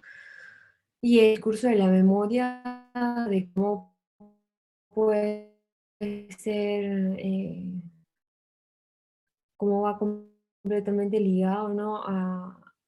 Para armar un archivo, o sea, para ingresar en su archivo familiar, como puede ser el trabajo de Constanza de Rogatis, o también puede ser para crear, imaginar, como lo que hace Sophie Kalen, ¿no? Entonces me llama mucho la atención cómo a partir de la construcción de la memoria o de la memoria se puede también, este genio del que hablamos en las clases de Humberto, ¿no?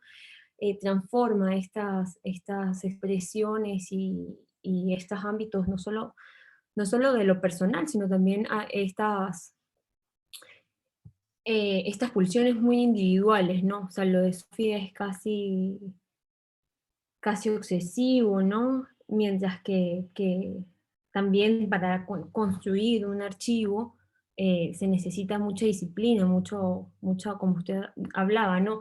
De esta construcción, de una revisión, de una investigación. Entonces me parece todos los casos que pasó me parecieron muy interesantes, pero esta correlación, ¿no? Entre Sophie y también el de las colillas me llevó mucho ahorita hay un fotógrafo acá venezolano también, que no, ahorita, no es Iván Candeo, pero bueno, sí, los recuerdos se los paso, que tiene todo un archivo, ¿no? Sobre los registros de las balas y los perdigones, y bueno, yo me imagino que nosotros lo asociamos también a nuestra historia porque es nuestra contemporaneidad y la condición humana determina las luchas, ¿no? Y las pulsiones también del artista.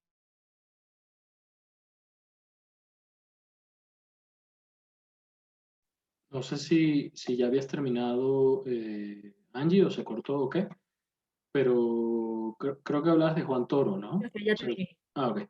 Hablabas de Juan Toro, me parece, ¿no? El trabajo de las balas, sí. Y sí, Sí, nunca he hecho esa conexión. gracias. Nunca he hecho esa conexión, me parece muy interesante, de hecho. Sí, yo todo lo que dijiste solo tendría mis reservas cuando hablaste del genio, ¿no? Es la única, y con perdón de Humberto que está aquí, es el único punto en el que yo tendría mis reservas, ¿no? Porque creo que no me resulta ya una categoría operativa, pues, para este tipo de reflexiones y de casos. Pero sí que es cierto que todos estos proyectos requieren de ese ingenio, ¿no? En el caso de Cole es muy claro, ¿no? Cómo tiene que ingeniárselas, ¿no? Para atravesar una serie de obstáculos, ¿no? Para lograr lo que se propone. No sé, de ingenio más bien, no sé si de genio en el sentido más casi romántico en el que lo hemos aprendido. Pero gracias por esa conexión con el trabajo de Toro y de Constanza. Es muy valiosa. Profe, permítame. Un inciso, solo un leve Sí, claro. inciso. Sí, no, me parece muy bueno. Yo entiendo lo que usted me dice sobre las categorías del genio que no pueden ser aplicadas como un análisis del discurso del arte contemporáneo, pero que sí me parece, ¿no? Que llama a ese tema, y también yo sé que la originalidad tampoco puede ser entendida en términos de arte contemporáneo, pero que sí llaman a la reflexión a un tema de creatividad, ¿no? Y de pulsiones que al final pueden ser hasta mentales, psicológicas, emocionales, humanas, psiquiátricas, o sea, Sí, yo estoy de acuerdo, Angie. Solo es una cuestión mía. Yo soy muy quisquilloso, puedo llegar a ser muy quisquilloso con las terminologías. Entonces si sustituimos genio por eso, por creatividad, por experimentación aún más, creo que yo en la discusión me sentiría más cómodo y creo que sería más propositiva. Pero entiendo a qué te refieres, vaya, solo que no disiento de ese término en particular. Pero insisto, gracias por el resto de la reflexión. ¿Les parece si vamos directo a los últimos tres casos que tienen que ver con exposiciones?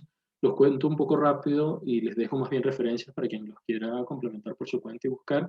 Y pasamos al asunto de la evaluación, porque yo sé que igual todos van a tener, incluso los que no pudieron conectarse, y me escuchen después, van a tener la grabación y van a poder ver lo de la evaluación. Pero quiero que ustedes que sí están aquí puedan aprovechar para preguntarme y proponerme cosas para la evaluación. Entonces voy rápido con lo de las exposiciones y después vamos con lo de la evaluación. ¿Les parece bien? ¿Tienen tiempo? ¿Se pueden quedar unos 10 minutitos más o no? Sí, sí. Sí. ¿Sí? Sí. Ok, bueno, vale. Entonces, voy con los otros casos. Son exposiciones, ya no son proyectos artísticos individuales, son tres prácticas curatoriales que me parecen valiosas, ¿no? Dos en España, una aquí en México. La primera es esta, aunque es en España, en realidad es un proyecto enfocado en Latinoamérica en general. Es una exposición que se presenta en el 2012 en el Reina Sofía, curada por la Red de Conceptualismos del Sur. No sé si se acuerdan de ella, hablamos hace 3 sesiones, me parece, cuando discutíamos el asunto de activismo artístico, este grupo colectivo de investigadores de Latinoamérica, pero de otros países también interesados en lo que se ha llamado el sur global, digamos, ¿no? En países no del primer mundo, pues, donde hay prácticas artísticas que no han sido lo suficientemente abordadas por la historia del arte. Ellos se concentran en esos lugares, específicamente en Latinoamérica, para reconstruir esas memorias y volverlas a activar, ¿no? Sobre todo el potencial político que tienen. Entonces, en torno a esa premisa, digamos, construyen esta exposición, Perder la forma humana, en la que, como dice el título, trazan una especie de relato sísmico, ¿no? Del arte contemporáneo, se podría decir, específicamente de la década de los 80 latinoamericana. ¿Sí? Es un ejercicio bastante amplio, hay un poco de todo, hay ejercicios individuales hasta colectivos, unos más, unos menos optimistas, pero en todo caso lo importante de lo sísmico, pues del título, era que eran relatos que en su momento eran subterráneos precisamente, bien porque eran clandestinos, porque eran peligrosos para el establishment político del momento, de derechas y de izquierdas, o bien porque nunca fueron contados por la historia del arte. ¿Sí? A lo mejor no eran tan clandestinos, pero la historia del arte nunca los rastreó ni los mapeó como algo relevante. La exposición de alguna manera volvía sobre esos archivos, porque por ende, como no se habían rastreado, eran archivos más bien personales, dispersos, unos artistas lo tenían por aquí, un movimiento civil los tenía por allá, en fin, reconstruyen todo ese material y lo disponen, ¿no? De una manera muy particular a lo largo de la exposición, que va acompañada de manera, o sea, forma parte de la exposición una especie de glosario, que es como el catálogo, digamos, pero bueno, en realidad es un glosario que tiene distintas entradas que suponen el mapa de la exposición, que es lo que ustedes ven, ¿no? La exposición estaba articulada en torno a una serie de términos, prácticas que tenían que ver con la acción gráfica, como ven aquí, y esas prácticas a su vez conectaban con otras, por ejemplo, con la idea del do it yourself, ¿no? Hazlo tú mismo, obras muy ligadas al movimiento punk, ¿no? Anarcopunk de los 80, más cerca de los 90, pero bueno, todavía los 80. Esas a su vez podían tener que ver con otras, como esta del activismo artístico, que fue lo que vimos en esta clase, acciones relámpago, el uso de máscaras y de disfraces, en fin, o obras que tenían que ver con desobediencia sexual, como esta que ven aquí, en fin. Había muchas entradas que ligaban las entradas del glosario, pero también las entradas a la exposición, ¿no? El mapa con el que te podías orientar a lo largo de la exposición. La exposición era, por una parte, obvio, material gráfico que habían recopilado, muy al estilo de estas exposiciones que utilizan el archivo, es decir, con vitrinas y materiales que por lo general, no siempre, pero por lo general no se pueden tocar, ¿no? Hay materiales más sensibles, entonces están allí para ser solo contemplados, pero tenía otra parte que me parece más valiosa, como este de aquí, que funcionaba más bien como una base de datos donde sí podías conectarte o a computadoras o a mesas de trabajo, como ven aquí, con fanzines, para hojearlos. ¿Sí? Porque no tiene mucho sentido un fanzine, esta pequeña revistilla muy, muy do it yourself precisamente, puesta en una vitrina para que tú la veas y ya. La idea es que la ojees y puedas no solo ojearla y revisarla, sino incluso intercambiarla. Pero bueno, estaban dispuestos para ser consultados los materiales a lo largo de la exposición y todo ese trabajo poco a poco, un par de años después, se concreta en esta otra plataforma que ya no está ligada a esa exposición como tal, sino a toda la red de investigador, que se llama Archivos en Uso. Es una plataforma, ustedes la pueden buscar, archivosenuso.org. Es una iniciativa de la Red de Conceptualismo del Sur, pero financiada con el apoyo del Museo Reina Sofía y del Instituto de Investigaciones Sociales Gino Germani de la Universidad de Buenos Aires, la Facultad de Ciencias Sociales, la UBA. Es una plataforma que tiene, como su nombre lo indica, una serie de materiales de archivo que están puestos allí para que puedan ser utilizados y consultados por otros investigadores, artistas y demás, para proyectos artísticos, educativos, académicos, en fin. Tienen varias obras, esto es una captura de pantalla, pero si ustedes van más abajito se ven obras, por ejemplo, más ligadas al activismo artístico del que hablamos nosotros hace algunas sesiones. Yo les recomiendo que se metan a esta página y vean un poco todo el material que hay allí.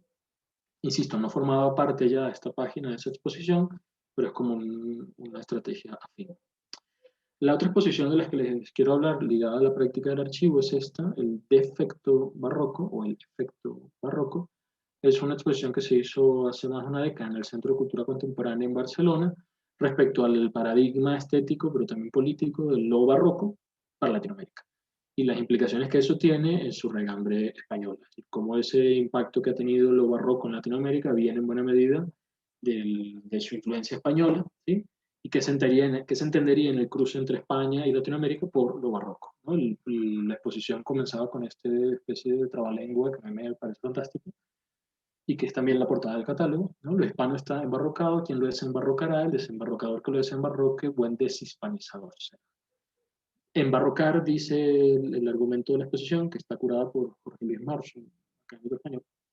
Embarrocar implica hispanizar, básicamente. Es decir, el cliché de lo barroco es un cliché español, básicamente. Entonces, que haya una pervivencia de eso en Latinoamérica habla de una suerte de persistencia colonial, ¿no? De España en Latinoamérica. Este es el argumento de la exposición. Claro, él hacía eso desde imágenes clásicas, ¿no? De hace varios siglos ya, inicia desde el barroco y va poco a poco acercándose hasta el siglo XX y luego el XXI, pero luego se concentra en material mucho más contemporáneo, mucho más cercano a la fecha en la que él hace esto, que es 2010, es la fecha en la que se celebraban para entonces la mayoría de los bicentenarios de la independencia de los países latinoamericanos. Sin duda el de Venezuela, por ejemplo, y el de México, que es uno de los países en los que se centra, están ligados a esa fecha. Entonces era muy significativo que la exposición ocurriera en ese momento, hablar de la tensión España-Latinoamérica en la conmemoración de los bicentenarios. Y una cosa fantástica que ocurría en la exposición, además de esta misma estrategia de disponer material de archivo que se pudiese consultar directamente y con el que se pudiese trabajar en sesiones posteriores a la exposición, además de eso había recolección de material súper contemporáneo, es decir, de las semanas previas a la inauguración, con este gran mural que ven aquí, que supuso la cobertura mediática de la victoria de España no recuerdo ya si fue un mundial o la Eurocopa, no, yo creo que fue un mundial, no recuerdo, en fin. La victoria del equipo de fútbol de España en todo caso, y aquí al fondo, ya les voy a poner la imagen en grande, se hacía esta gigantografía de una portada de una revista que era clave para el argumento de la exposición junto con este collage que hacía el resto del equipo curatorial. Vean lo que dice aquí, el mundo, ha debido ser el mundial, el mundo vuelve a ser nuestro, ¿no? Y la imagen es muy clara, la imagen es la manera en la que se están saludando y felicitando el equipo de fútbol con una serie de colores, ¿no? Entonces, para Marzo y para el resto del equipo curatorial era muy evidente que había algo allí en la cultura contemporánea, ¿no? Que podía construir un nuevo archivo para la memoria de esa colonización aún persistente, al parecer, muy a pesar de las independencias de nuestros países, ¿no? En fin, un argumento sumamente político. Y la última exposición de la que les quiero hablar es quizá de la que me siento más cercano porque fui parte del comité del equipo curatorial. Era un equipo curatorial grande, éramos 4 personas con perspectivas muy distintas entre sí. Y bueno, fue una exposición caótica precisamente por eso y caótica a propósito. Una exposición que presentamos hace 2 años en el Museo Amparo en Puebla, aquí en México, a propósito de la conmemoración de los 50 años del movimiento estudiantil mexicano. Igual los 50 años del movimiento del 68, básicamente, pero particularmente el de México.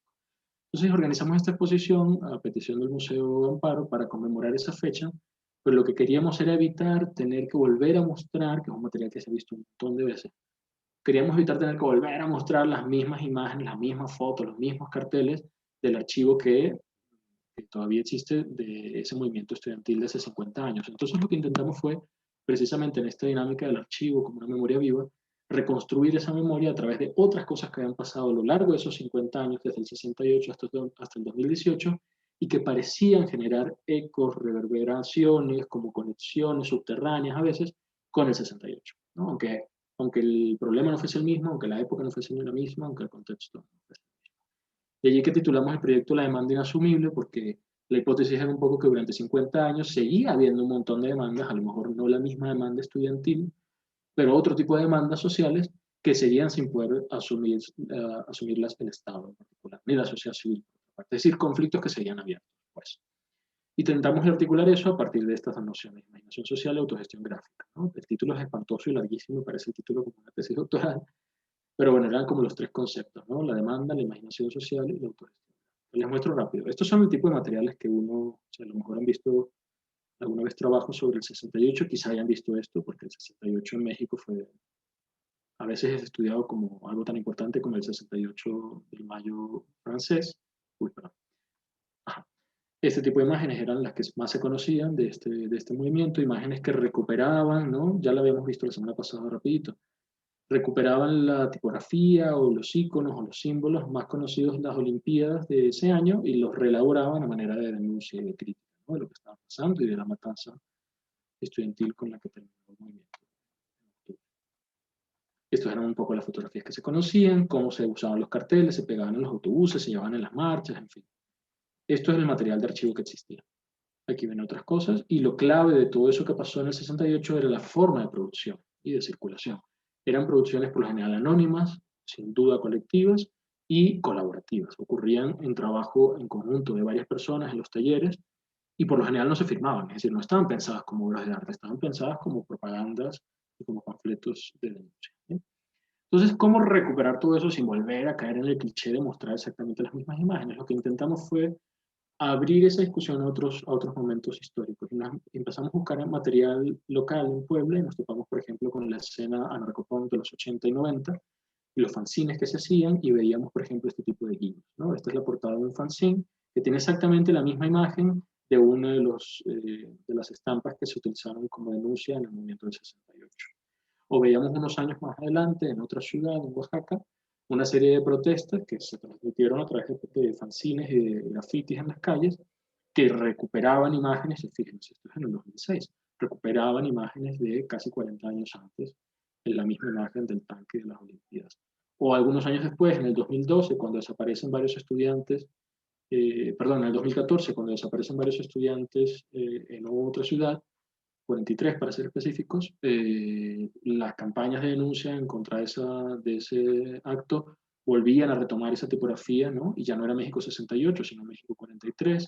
Un par de años antes, en el 2012, en una masiva protesta estudiantil en contra de la presidencia de la República, del entonces entrante presidente, de nuevo retomaban la tipografía, en fin, muchas cosas que estaban pasando años después y que conectaban con esa memoria viva del 68. Y decidimos reunir todo ese material en una exposición que hiciera justicia a la dimensión más social y callejera. Entonces, en lugar de marcar y de colocar encapsular y en vitrinas y demás el material, lo dejamos libre a través de reproducciones. Entonces, todo lo que mostramos eran facsímiles, no eran las obras originales, eran reproducciones a su vez de otras reproducciones que poníamos a lo largo de la exposición para que pudiesen verse, incluso tocarse sin el recelo de una obra mucho más formal, ¿no?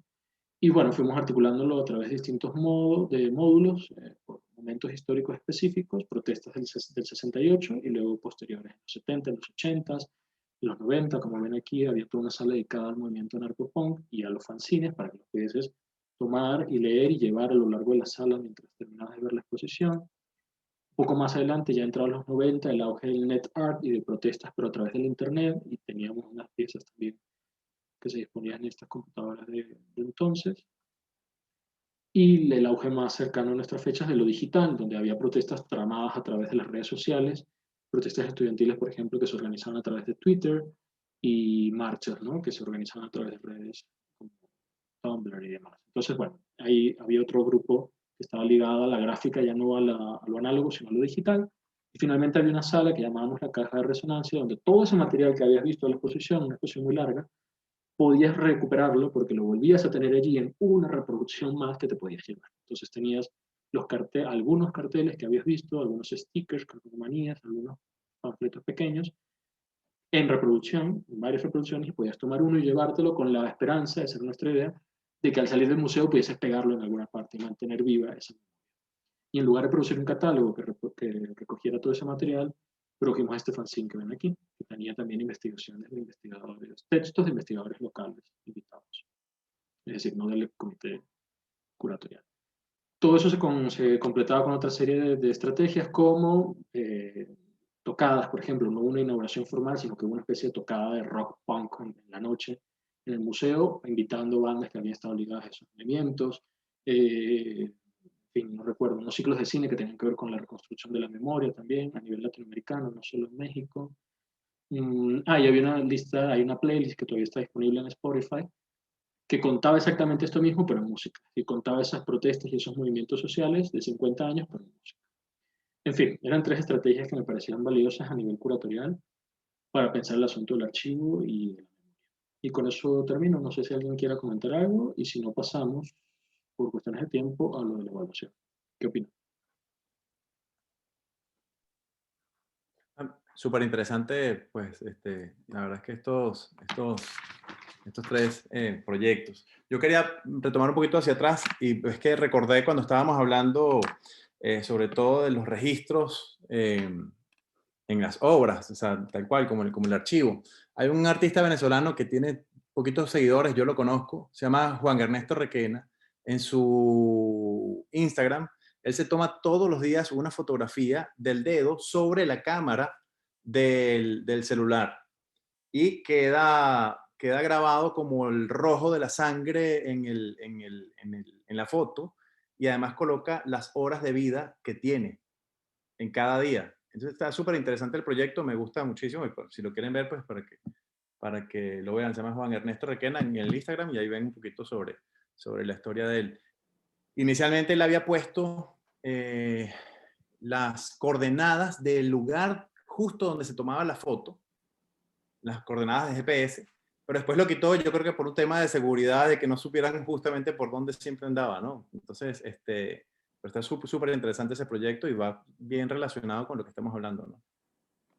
Buenísima la referencia, gracias. Yo creo que ya lo conseguí, pero no estoy seguro. Si nos los pasas por el chat estaría chévere para que lo podamos echar un ojo, ¿no? Bueno, yo al menos no lo conocía y no sé si este que conseguí sea ese. Entonces, para no meter la pata, si tú lo tienes, nos los pasas, por favor. Sí, ya lo paso. Gracias. ¿Alguien más quiere agregar o comentar algo? Sí. Profe, me parece súper interesante este último caso que habla sobre el proceso curatorial del 68-2018 mexicano. Y también me parece interesante, ¿no? Al ser como una propuesta curatorial de varias personas, ¿no? Que lo hace aún más diverso, pero a su vez, ¿no? Cómo encauzarlo, ¿no? Con actualidad de un país donde, al igual que acá, ¿no? Y como les comentaba antes, toca la profundidad del tema de los derechos humanos a piel, ¿no? A piel de los ciudadanos, a piel de los habitantes, y que no se escapa del arte, ¿no? Este proceso y una forma de abordarlo también muy ingeniosa, ¿no? Como no repetir lo mismo, sino a través de una búsqueda, una investigación, seguir construyendo memoria. Profe, si puede pasarlo por el chat, sería increíble como para profundizar, si dejar una página web o algo de esa curaduría, ¿verdad? Sí, claro, hay todo. Hay una página web donde, no del proyecto como tal, sino de la exposición en la memoria del Museo Amparo, pero está muy bien documentado. O sea, entran a la página web del museo y ahí está toda la información de la exposición, los módulos curatoriales en torno a los cuales se construyó, está el material, una parte del material gráfico, está el fanzine que se puede descargar, un pequeño libro, folleto que se hizo, y luego se hizo, ya me acordé, hicimos una jornada de discusión e investigación, se editó un libro en torno a ese tema, y la introducción del libro, que se la escribí yo, y hay otros textos en el libro que escribieron otros compañeros del equipo curatorial. Todos esos artículos y la introducción hablan de ese proceso curatorial. Entonces, si quieren, yo les mando un email después, porque ahorita sería mucho hablar de eso. Les mando un email con toda esa info y ustedes ahí le ponen su mano. ¿Sí? O en el Padlet, sí, también, se lo puedo subir ahí. Ahorita vamos a hablar del Padlet, de hecho. Bueno, si nadie quiere agregar nada más de la clase, vamos a la evaluación. ¿Sí? Les comparto la pantalla rápidamente porque me da pena abusar más de su tiempo. Entonces, voy al grano rápido. ¿Ya pueden verla? Bueno, el documento, ¿ya pueden verlo? Sí. Ok. Bueno, igual que la otra vez, yo les hago una propuesta, ustedes díganme si les parece bien o no y lo vamos acordando. Esta es la evaluación final, es decir, el restante 60%. Las personas que no entregaron la primera evaluación tienen que, bueno, tenemos que revisar qué ocurrió allí, ponernos de acuerdo. Algunas personas que no lo entregaron no me han escrito todavía, les pido que se pongan en contacto conmigo a la brevedad posible para resolver qué ocurrió allí. Pero bueno, esta es la evaluación final y valdrá un 60%. Les propongo esta fecha, el 12 de febrero. Acuérdense que nosotros tenemos clase la semana que viene, es 2 de febrero. Y luego vamos a recuperar una semana más, la semana aquella que perdimos, que es 9. Y esa es nuestra última clase, 9 de febrero. Y les propongo que todavía 3 días después de eso puedan enviarme algo, como para que hayan visto todas las clases. Me parece injusto pedirles algo sin que hayan visto todo el contenido del curso. Entonces quiero evaluarlos hasta después de esa clase de 9. Por eso se los pido no un martes, sino un viernes, ¿ok? Esa es la fecha que les propongo. Igual que la otra vez, tendrían hasta medianoche.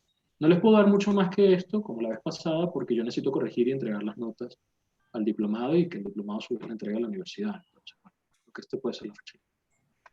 Bueno, igual que la otra vez, hemos visto un montón de temas y habremos visto 2 más para esa fecha, que nos permiten entender que el arte contemporáneo, más que un único estilo o un nuevo estilo, ¿sí? O un periodo particular de esa historia que ya conocemos, la historia del arte, somos bien un conjunto de prácticas profundamente experimentales que se rehúsan precisamente a caer bajo una sola categoría. Entonces, tomando en cuenta esa reflexión y viendo todos los casos de estudio que hemos revisado en clase y todas las lecturas que hemos leído juntos, hemos visto muchos ejemplos. Hemos visto ejemplos que van desde lo más conceptual hasta lo más colaborativo, que es lo que revisaremos la semana que viene. Hemos visto cosas que se centran en el cuerpo, por ejemplo, y veremos en un par de semanas cosas que se centran en la tecnología. Hemos visto cosas que tienen que ver con el archivo, como vimos hoy, y cosas que tienen que ver con lo más político y activista. Hay un sinfín de posibilidades en todas esas clases. Yo quisiera que tomen en cuenta todo eso, ¿sí? Y respondan a esta pregunta que yo les planteo, que es una pregunta súper abierta y que no espero una única respuesta, más bien espero que sean muy críticos y muy experimentales. Tomando en cuenta todo eso, mi pregunta es, ¿por qué crees que las prácticas del arte contemporáneo han supuesto un nuevo paradigma para la investigación, creación y experimentación? Dicho de otro modo, que le demos sentido a esto, ¿no? Al título de nuestro curso, un nuevo paradigma del arte del siglo XXI. ¿Por qué? Es una pregunta que implica que especulen a nivel personal, obvio, entonces serán muchas respuestas distintas. Quiero que lo puedan responder de una manera muy libre, entonces les doy dos opciones para que no tengan todos que hacer exactamente lo mismo. Primera opción, un trabajo escrito normal como el que hicieron la otra vez. Escriban un ensayo donde aborden como quieran las implicaciones prácticas y teóricas de esta pregunta que les estoy haciendo. Pueden consultar los materiales que hemos visto, releer nuestros textos o incluso meter nuevas referencias que ustedes consigan. El tono y el tema que ustedes quieran abordar, a mí me da igual, es muy libre, más bien, mientras más experimenten, para mí mejor. ¿Qué pueden hacer? Pueden tomar un análisis de un caso específico que les haya gustado y pensar en torno a él. Pueden escribir una crónica sobre alguna experiencia muy personal que hayan ustedes tenido. Si están trabajando ahora mismo en algún proyecto que está ligado a este asunto del arte contemporáneo, pueden contarme de qué trata ese proyecto, siempre que lo relacionen con la clase, obvio. Pueden citar varios ejemplos, en fin, lo que quieran. Lo importante, esto sí que quede claro, es que sean que sean poco literales, pues, ¿no? No quiero que se apeguen exactamente a la pregunta, sino que sean más bien propositivos y profundamente críticos, ¿sí? Ese trabajo tiene que tener mínimo 2 y máximo 3 páginas, ¿sí? Y bueno, igual, otra vez en un documento Word y yo ahí les hago mis correcciones. Es preferible que eviten el exceso de citas, yo preferiría que hablen con sus propias palabras y si tienen que citar, por supuesto, tienen que hacerlo con las fuentes. Si utilizan un material y no ponen la fuente, incurren en plagio. ¿Sí? Entonces yo podría suspender ese trabajo, por favor, traten de evitar. Esa es la opción 1, escrito. 2, un trabajo plástico, audiovisual, como lo quieran llamar.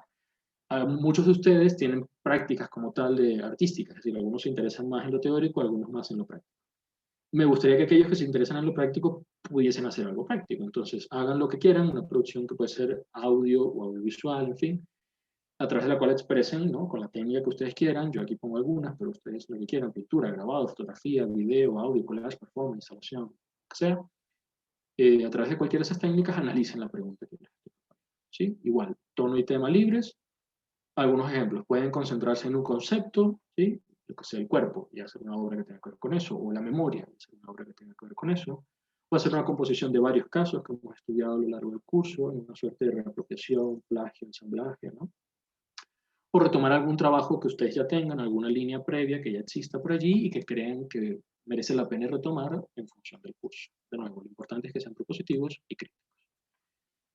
Obvio que depende de la obra, pero el tamaño del archivo, sean sensatos, obviamente me lo tienen que mandar por email, entonces no me envíen una cosa gigantesca que yo me demore semanas en descargar y que ustedes se demoren semanas en cargar, ¿no? Una cosa manejable que me puedan enviar en un solo email. Mínimo tiene que tener una imagen fija, o sea, mínimo debe haber una fotografía. Y máximo 5, no me manden mucho más, no hay tanto tiempo. Y mínimo un video, ¿sí? Si van a hacer un video, y máximo 2. No me manden una serie de 20 videos porque va a ser inmanejable. ¿Sí? Y ese trabajo plástico tiene que ir acompañado de un pequeño texto, ¿sí? Muy breve, donde describan qué fue lo que hicieron, de mínimo media cuartilla y máximo una cuartilla. ¿Sí? Para mí lo importante en cualquiera de los dos casos, bien sea que sea textual o plástico, es que no narren de manera literal lo que pasó en el curso, ¿sí? Sino que se apropien de esos contenidos, como yo le decía a Gladys hace un ratito, ¿sí? Que me demuestren a mí y al resto del grupo y del diplomado, pues en general, que han comprendido realmente los contenidos de este curso porque saben reinterpretarlos de una manera personal. ¿Sí? Esa es mi propuesta, opción 1, escrito, opción 2, plástico. Y esta pregunta muy abierta. Pero no sé, ¿qué opinan ustedes? ¿Qué sugieren? ¿Qué tienen en mente? ¿Les parece bien o no?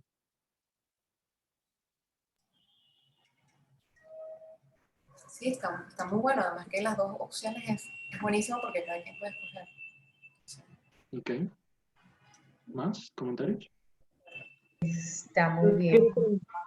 Si es escrito, puede ser una cuartillita más. Si es escrito, ¿qué? Ah, sí puede ser un poco más largo. No creo, Carla, porque aquí está Humberto ya regañándome, diciéndome que él espera mis notas horas después de la fecha límite que yo les di a ustedes. Entonces, al contrario, necesito tomar después de esa fecha límite, encerrarme en mi casa, corregir y enviarle el trabajo a Humberto. Y no creo que me dé tiempo si claro, pero Está bien, está bien. ¿más comentarios? ¿Sugerencias?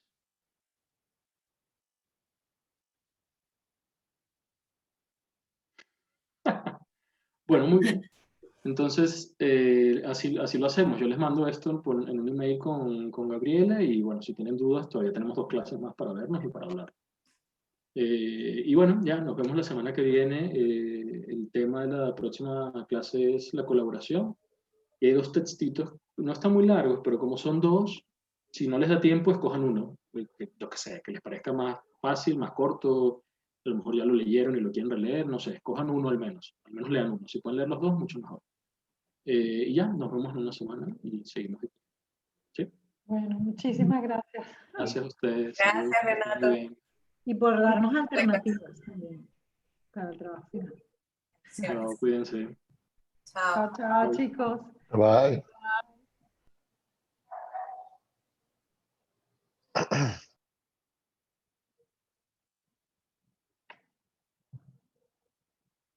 Chao, chao.